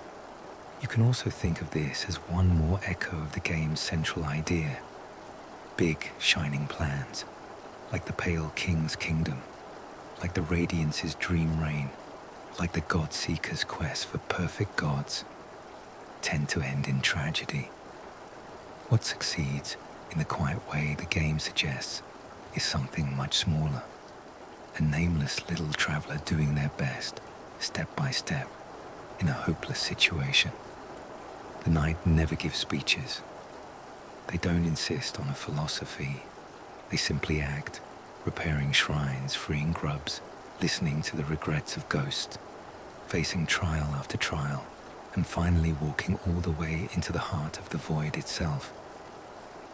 That's what makes the Embrace the Void ending feel less like a conquest and more like a completion. This isn't the void devouring the world at random. It's the void at last, guided by a will that has seen suffering from the ground level and still chooses to move forward. A god born from failure and persistence, not from ambition, and control. And then there is another thread, a red one, weaving through all of this. The story of the Grim Troop. Somewhere, after the main currents of the story are done, or while they're still unfolding, a strange ritual can be performed. A scarlet flame lit to call a wandering troop from far away. They arrive like a nightmare circus, tents springing up in Dirtmouth, music drifting through the dust. At their center is Troop Master Grim, a tall, theatrical figure with a cloak like bat wings and a voice full of performance. He and his followers worship a different kind of flame, a living, moving ember passed down through generations. Their task is to gather nightmare flames from across the land to feed this red heart of power. The night, if they choose, becomes part of this ritual, collecting those small flames, growing the child Grimm's power, and eventually facing the troop master himself in a duel that feels more like a dance than an ordinary fight. Behind Grimm, there is another presence, a deeper version of the flame, the Nightmare King, who can be faced in dream as well. This isn't directly tied to the Radiance or the Void or the Pale King. It's like a parallel thread, another example of how gods and powers move through the world of Hollow Knight, arriving uninvited, making bargains, asking for devotion, offering strength and spectacle, while hiding their true depth. Whether the knight helps the troop, nurturing their flame, or works with Grimm's weary assistant Broom to extinguish it and let the troop vanish, this little side story adds one more note to the game's quiet theme. The power is never just power. It's always wrapped in relationships, in rituals, in stories people tell themselves about why they must keep feeding it. By the time all of these possibilities have played out, the sealed siblings ending, the dream no more ending, the embrace the void ending, the red flicker of Grimm's troop, the golden halls of Godhome, the picture of Hollow Knight's world becomes very wide and very still.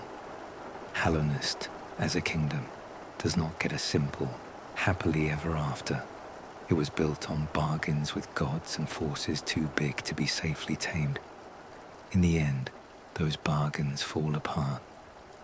But the small beings within it, the knight, Hornet, Cloth, Zote with his ridiculous boasts, Bretta with her love-struck fantasies, the old stag remembering his roots, the seer waiting patiently in her house of spirits, they all make the world feel less like a tragedy and more like a place where individual lives still matter, even as the grand systems collapse. That's part of why this story sits so well as a bedtime tale. It's big and cosmic, full of gods, voids, light, and destiny. But it's also very small. A child of the abyss walking through quiet rooms, helping where they can, facing what they must, saying nothing, and leaving the world a little more honest than they found it. For now, you can let all of these threads soften in your mind. Radiance and void, kings and god-seekers, circus flames and forgotten thrones. They can drift apart like mist in a cavern, leaving you only with a gentle impression of an underground kingdom that lived, made mistakes, and finally found some kind of rest.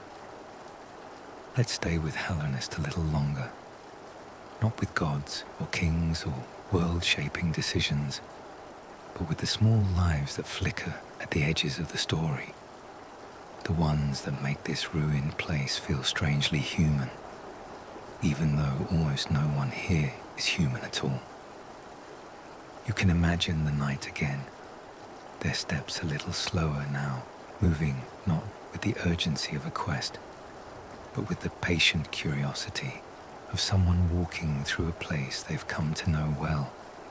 The danger hasn't vanished, There are still infected husks, still traps and spikes, still deep pits and unseen things that bite. But between all that, Hallownest holds pockets of warmth, of humor, of sadness that's no longer sharp, just soft and lingering. If you're getting sleepy, you don't have to hold on to every name.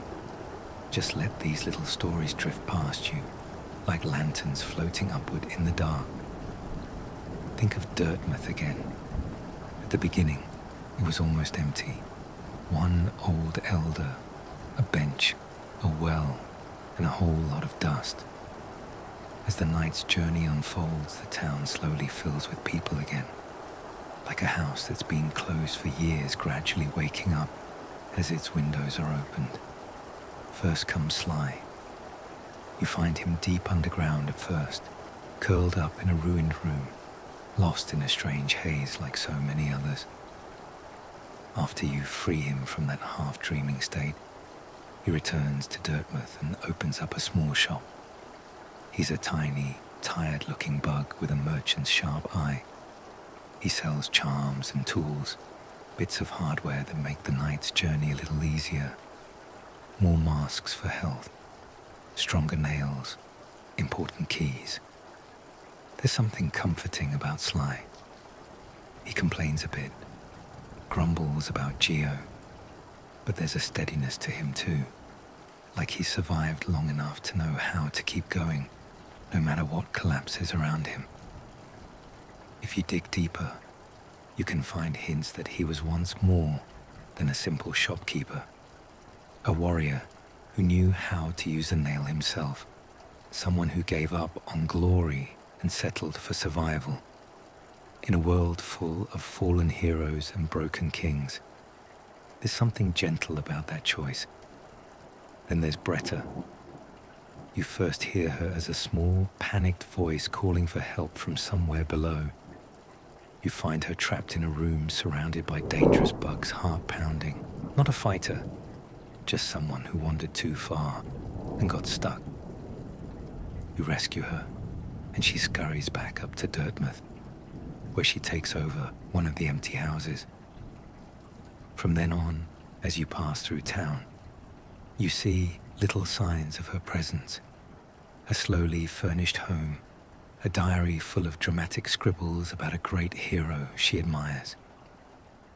She imagines the knight as a towering, noble figure, a flawless champion full of bold speeches and romantic charm. If you follow her story far enough, she even redirects that crush toward the ridiculous, bragging Zote the Mighty, transforming him in her imagination into a legendary warrior instead of the stubborn, incompetent wanderer he really is. Bretta's story doesn't end with grand sacrifice or tragedy.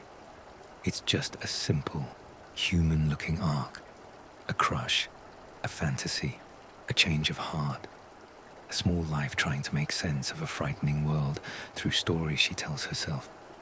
And then, of course, there is Zote. You meet him hanging helplessly in a trap, yelling at you even as you save him. You find him later on the verge of being eaten, complaining all the while about how you've interfered with his supposed destiny.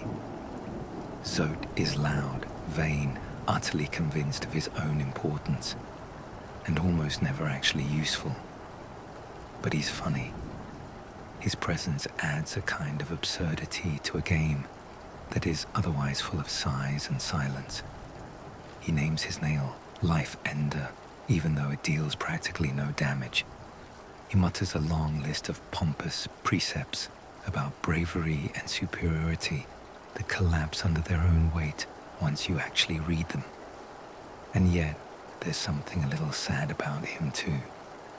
Beneath the bluster, you can imagine a bug who never managed to be the hero he wanted to be.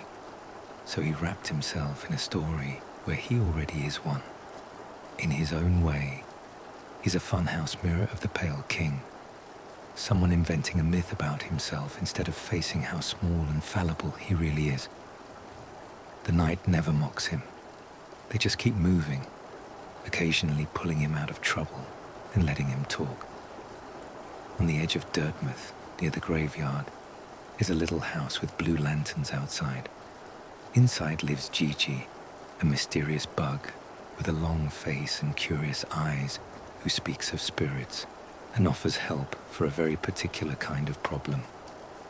When the night falls in battle, their shade, the little void ghost that escapes their body, lingers next to their lost Geo. Normally, you have to go back and defeat it to reclaim what you lost. But if you speak to Gigi and give her a special egg, she'll call the shade to you instead, summoning that little shadow into the room like a sobered child returning home. It's a small comfort, but it means there is someone in this world who sees the night not just as a faceless wanderer, but as a being with loose pieces that sometimes need help coming back together. Down in the Crystal Peak, with its harsh, blinding light and its machines forever mining crystal long after anyone gave the order, you meet another kind of survivor, the humming worker, the maddened miners, and, if you listen carefully, the echoes of purpose that never got switched off. Crystal Peak feels like a place where work never ended, even after reason to work was gone. The miners march in place, chips of crystal flying, golems powered by old magic sweet beams of light in empty corridors.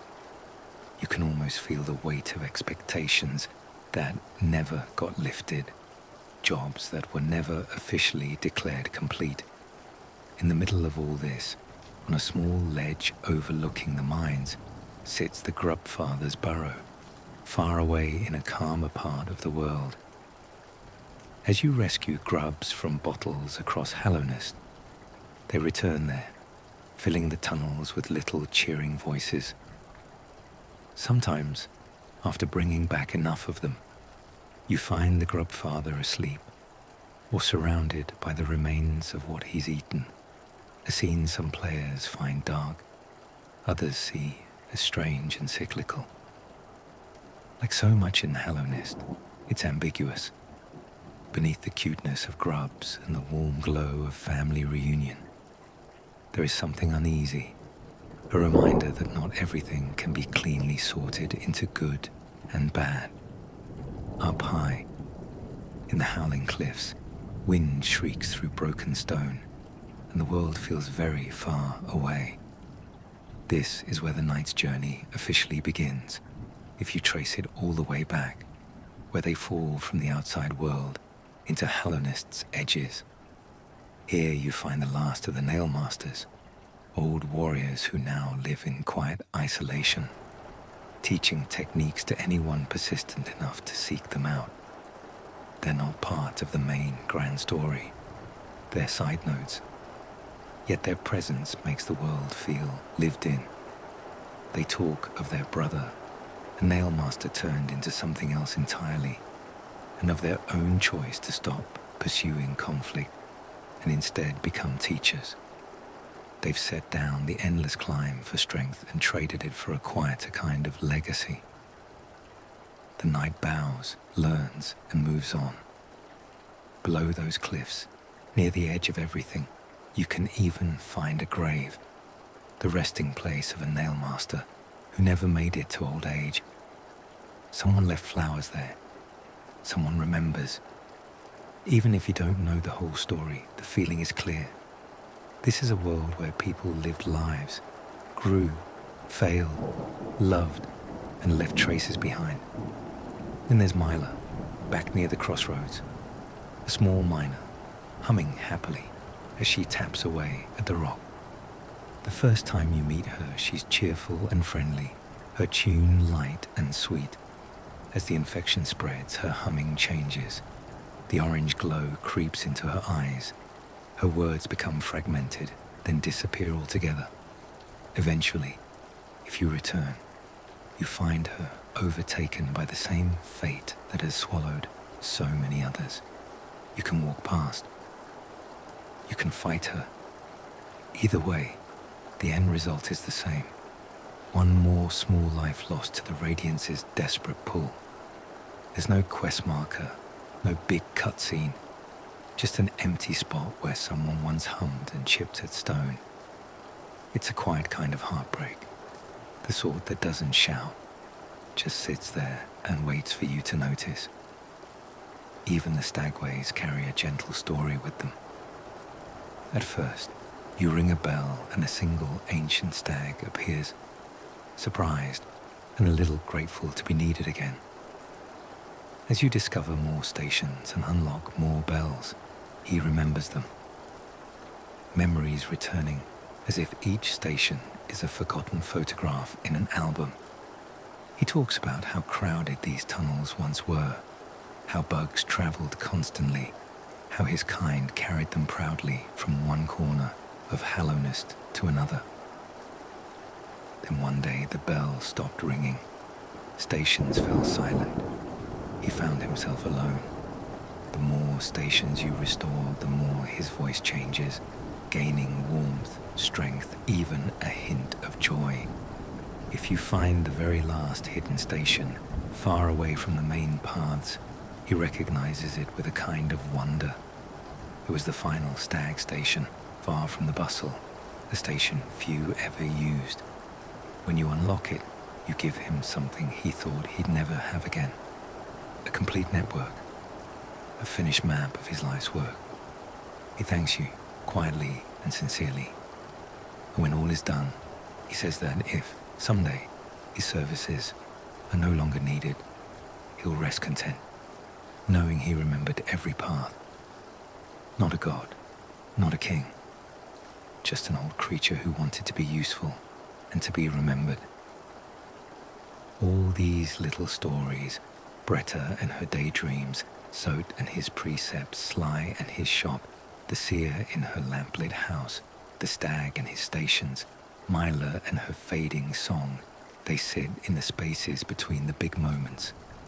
They're not necessary to finish the game, in a mechanical sense, but they're necessary to make the world feel like a world instead of just a stage for bosses and secrets. They show you that Hallownest wasn't always a fallen kingdom haunted by gods. It was a place where people ate and worked, argued and bragged, fell in love, got scared, hoped for better things. And even after the infection, even after the king vanished and the Radiance began to burn through dreams, those small impulses didn't vanish entirely. They lingered in diary entries, in abandoned houses, in the way someone still sets a bench by the town's entrance just in case a traveler shows up. As you drift towards sleep, you can let these details blur together into a gentle impression, not of a game filled with hard challenges, but of a quiet place underground where the echoes of little lives still cling to the stones. We've walked almost the whole length of Hallownest now, not just through its tunnels and arenas, but through its history, the rise of the Pale King, the rebellion of the Radiance, the creation of the vessels, and the long, quiet journey of one small night into the heart of all of it. For this chapter, you can imagine that the game is finished. The bosses are beaten, the endings have played out, the credits have rolled, and the screen is dark again. There's no rush anymore. We're not chasing objectives now. We're just lying here, breathing slowly, letting the story settle like dust in a quiet room. If some details slip away as you get sleepy, that's all right. This chapter is more about the feeling of the tale we've heard than about remembering every piece. At the center of Hollow Knight's story, there are a few big shapes we've seen again and again. One of them is light. The Radiance is the most obvious form of it, a being made of dream fire burning in the minds of her followers, filling their sleep with blinding images until they break. The Pale King's light is subtler, but still demanding. A pale glow that widens thoughts, makes bugs self-aware, but also ties them to his vision of a perfect, eternal kingdom. Everywhere you go in Hallownest, you see remnants of people who were guided by light that eventually asked too much of them. The Radiance couldn't stand being forgotten. She clung to her worshippers' memories so hard that she burned them away. The Pale King couldn't stand the idea that his kingdom might end. He pulled death and dreams and void into a careful arrangement he thought he could control. And that, in the end, broke anyway. Light, in Hollow Knight, isn't just goodness. Sometimes it is pride. Sometimes it is the refusal to let things change. Opposite that, there's void. At first, the void seems like just a substance, a black fluid in the abyss, pooling quietly under the world. It has no speech, no temple, no hymns. The Pale King treats it as a resource to harvest. He dips into it enough to create vessels, but never truly accepts it as something with its own nature. To him, void is useful so long as it behaves like a tool. To the player, early on, it's just a background mystery. But the deeper the night travels, the more the void stops looking like mere material and starts to feel like a presence, one that doesn't force itself on anyone, but answers when called. It doesn't whisper promises, it doesn't demand prayer, it just is. And when the night finally acknowledges what they are, when they accept the void hard instead of trying to be what the king intended, or what the Radiance tried to burn, the void responds, not as a raging storm, but as a unified will that can finally move in one direction, where light in this story is often about control. Remember me, obey me, keep shining the way I say. Void, by the end, becomes about release. Letting go of the Radiance, letting go of the cycle of caging her again and again, letting go of a kingdom that was built on impossible promises. It's quiet, but it's final. Between light and void, there are little people. Most of Hollow Knight's power comes from the fact that it never lets you forget them.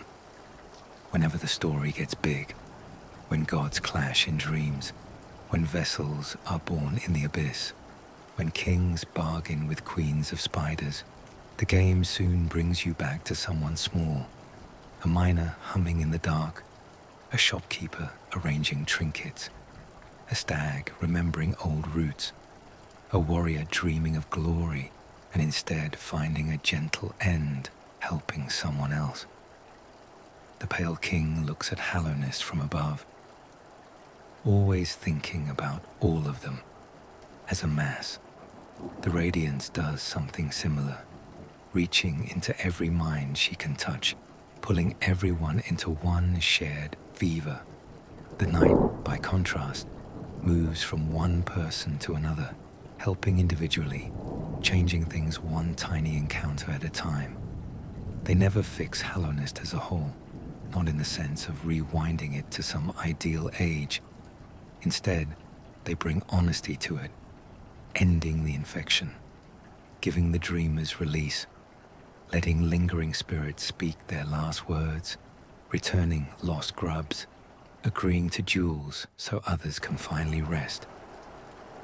They don't repair the kingdom the way a king would. They simply walk through it and witness it to the end.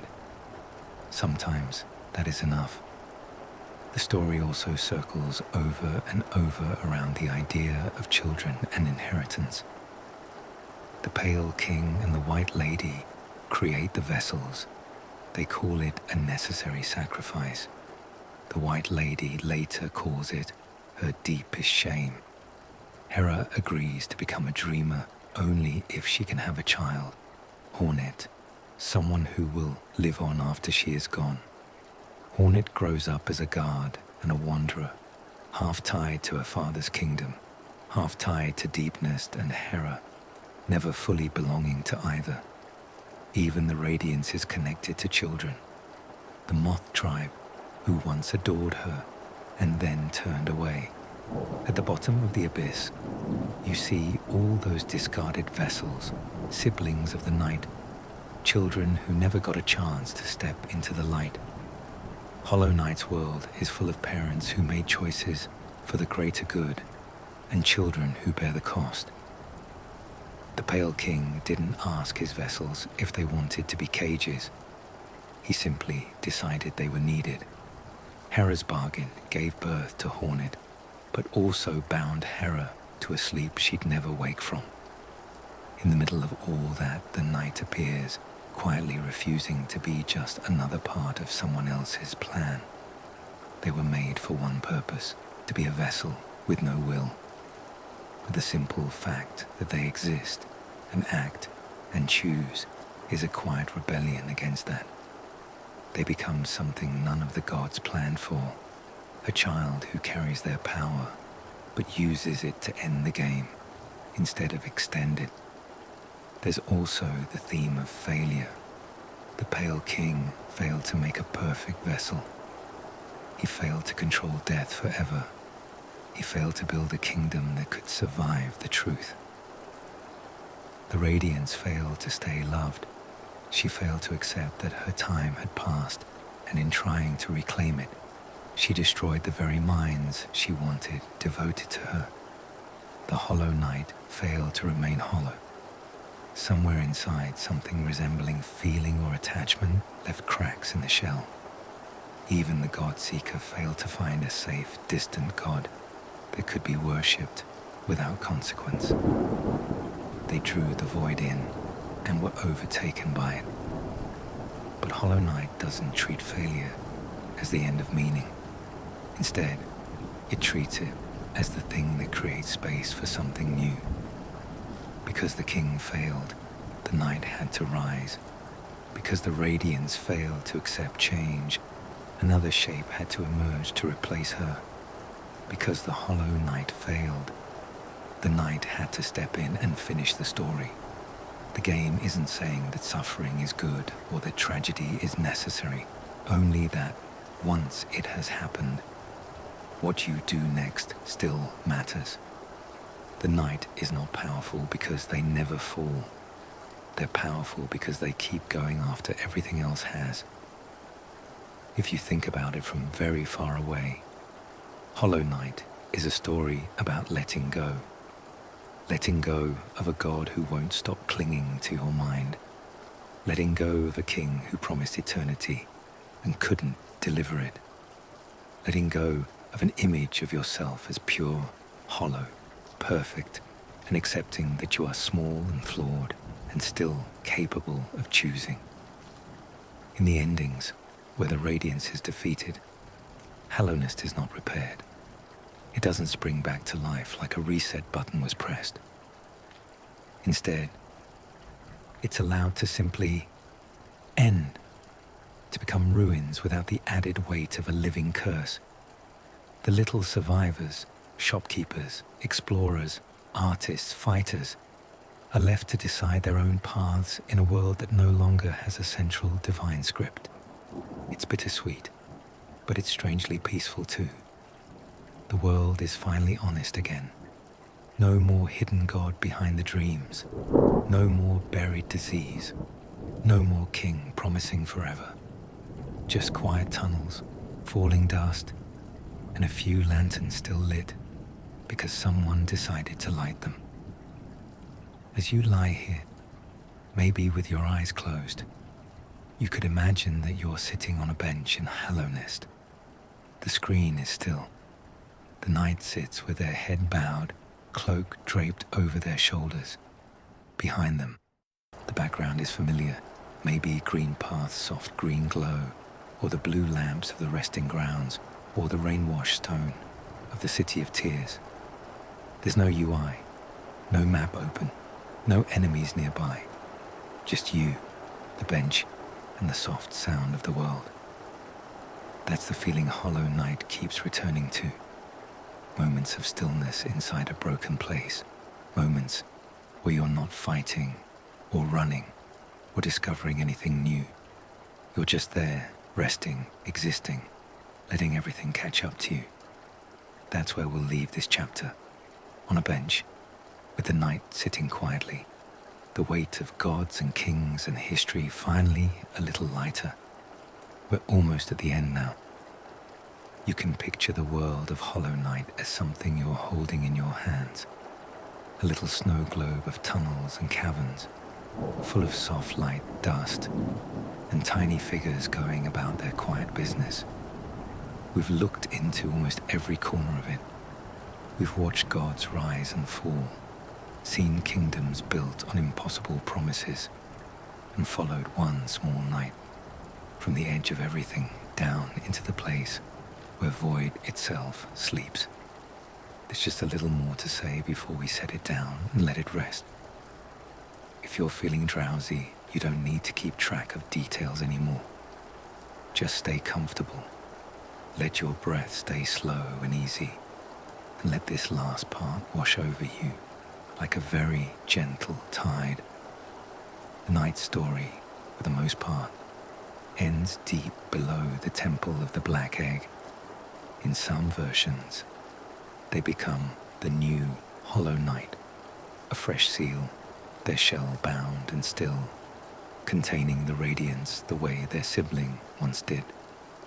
In others, they use the dream nail to reach past that prison, to pull the Radiance into the open and call on the void to drag her down for good. In the deepest ending, they don't just end the infection. They embrace the void fully, becoming its focus, its shape, its God. In every case, one thing is constant. They do not walk away like a typical hero, smiling at a sunrise, heading off to a new adventure. Their story is not about walking off into the distance. It's about going inward, deeper and deeper, until there is nowhere else to go and no one else to be.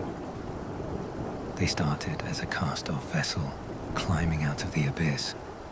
They end as the thread that ties void, Radiance, and Hallownest's fate into one final knot.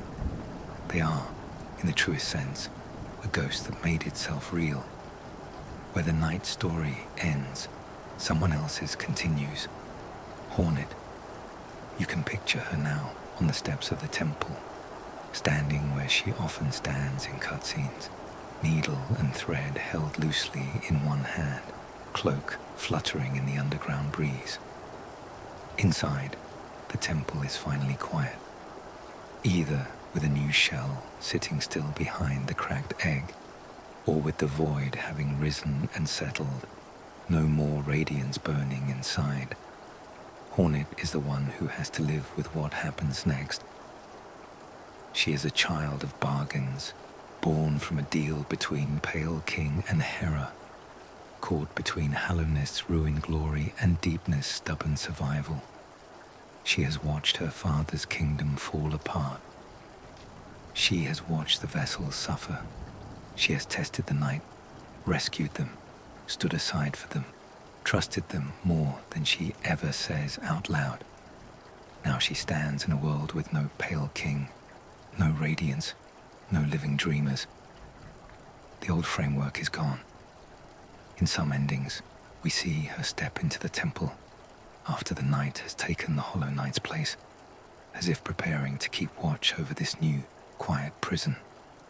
In others, she remains outside, looking up as the void settles and the curse that defined her life finally lets go. Whatever form it takes, Hornet's story feels like a bridge. She isn't a god. She isn't just a victim of one either. She's a being who grew up inside the ruins of those grand plans and learned to move through them with her own sharp will. That's part of why the thought of a new game, a tale where she becomes the main wanderer in a different lost kingdom, feels so fitting. She is what comes after the bargains, after the cages, after the light and void have finished pulling on each other. She's the next step, someone who knows the scars but is not defined by them. You can imagine, if you like, a version of Hallownest new players never see. Not the one filled with bosses and infection, but the one that exists quietly after the endings. The crossroads are still cracked, green path is still overgrown. The city of tears still has rain sliding down its towers, but the orange glow is gone. The dream fevers have cooled. Those who survived wake to their own thoughts, without a god pressing against the back of their minds. Sly opens his shop each morning out of habit. Maybe fewer customers come now, or maybe a few more stragglers wander in from far-off tunnels. Bretta still writes her dramatic diary entries, but maybe now they're about her own travels instead of just heroic strangers. Zod paces the edge of town, giving lectures to no one in particular, his precepts carrying through the thin air like stubborn birds. The old stag rests in his nest between journeys, content that his stations are remembered, ready to rise whenever someone rings the bell. Deep in the resting grounds, the seer's house is empty, her last word spoken, her purpose complete. The grubs have either been rescued or not. The little burrow out in the caverns is either full of movement or very still. All of these possibilities exist in a kind of soft haze. Hollow Night doesn't show you all of them. It leaves them open in your mind, like doors you can picture, without ever walking through. And somewhere beyond all of this, outside the cliffs and the soft blue sky, you see the very start. There are other lands, other kingdoms, other stories. Hallownest was just one of them. For you, listening to this at night, the story of Hollow Night might be many things at once. It might be a tale of tragic gods and flawed kings. It might be a story about breaking cycles instead of repeating them. It might just be a cozy, melancholy bedtime world that lets your brain wander without grabbing too tightly. That's the nice thing about stories like this. They don't belong to just one meaning. You might walk away thinking about the Pale King's mistakes, or about how powerful it is that the final savior of Hallownest wasn't chosen, wasn't perfect, wasn't even meant to succeed. They were just persistent. Or you might not remember much at all, except a hazy sense of caves and lanterns and a small knight walking through the dark with quiet determination. Both are fine. The story has done its job either way. So now, imagine the knight one last time. Not in a fight, not in a dream arena, not facing gods or kings, just sitting alone on a bench in some forgotten room, head lowered, small hands resting in their lap, nail leaned against the wall. The world around them is dim but calm. A lantern glows softly. Dust motes drift in the air, floating up, falling down, no threats. No voices, no demands from anyone.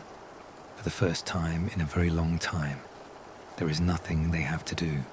They can simply exist, a little shard of void and will in a quiet place, underground.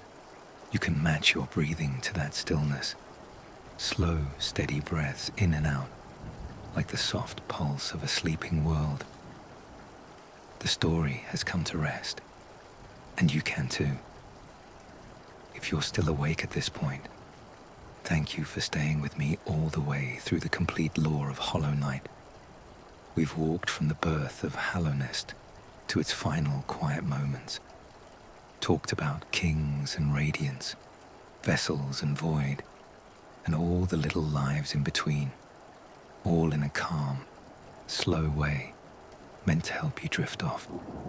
You've been listening to Games Lore to Sleep, where we turn game worlds into long, gentle bedtime stories. If this narration helped you relax, unwind, or finally get some rest, I'd really appreciate it if you left a like, subscribed, and maybe turned on the bell, so you'll know when the next sleepy lore journey goes live. There are plenty more worlds to visit together, more ruins to explore, more quiet tragedies to unfold, more characters to keep you company as you fall asleep. For now, you don't have to think about any of that. Let Hallownest fade into the background, like a dream you've just finished having. all that matters in this moment is your breathing, the softness beneath you, and the gentle weight of your own body settling into rest. This was complete lore of Hollow Knight to fall asleep, on games, lore to sleep. Thank you for listening. Sleep well, dreamer.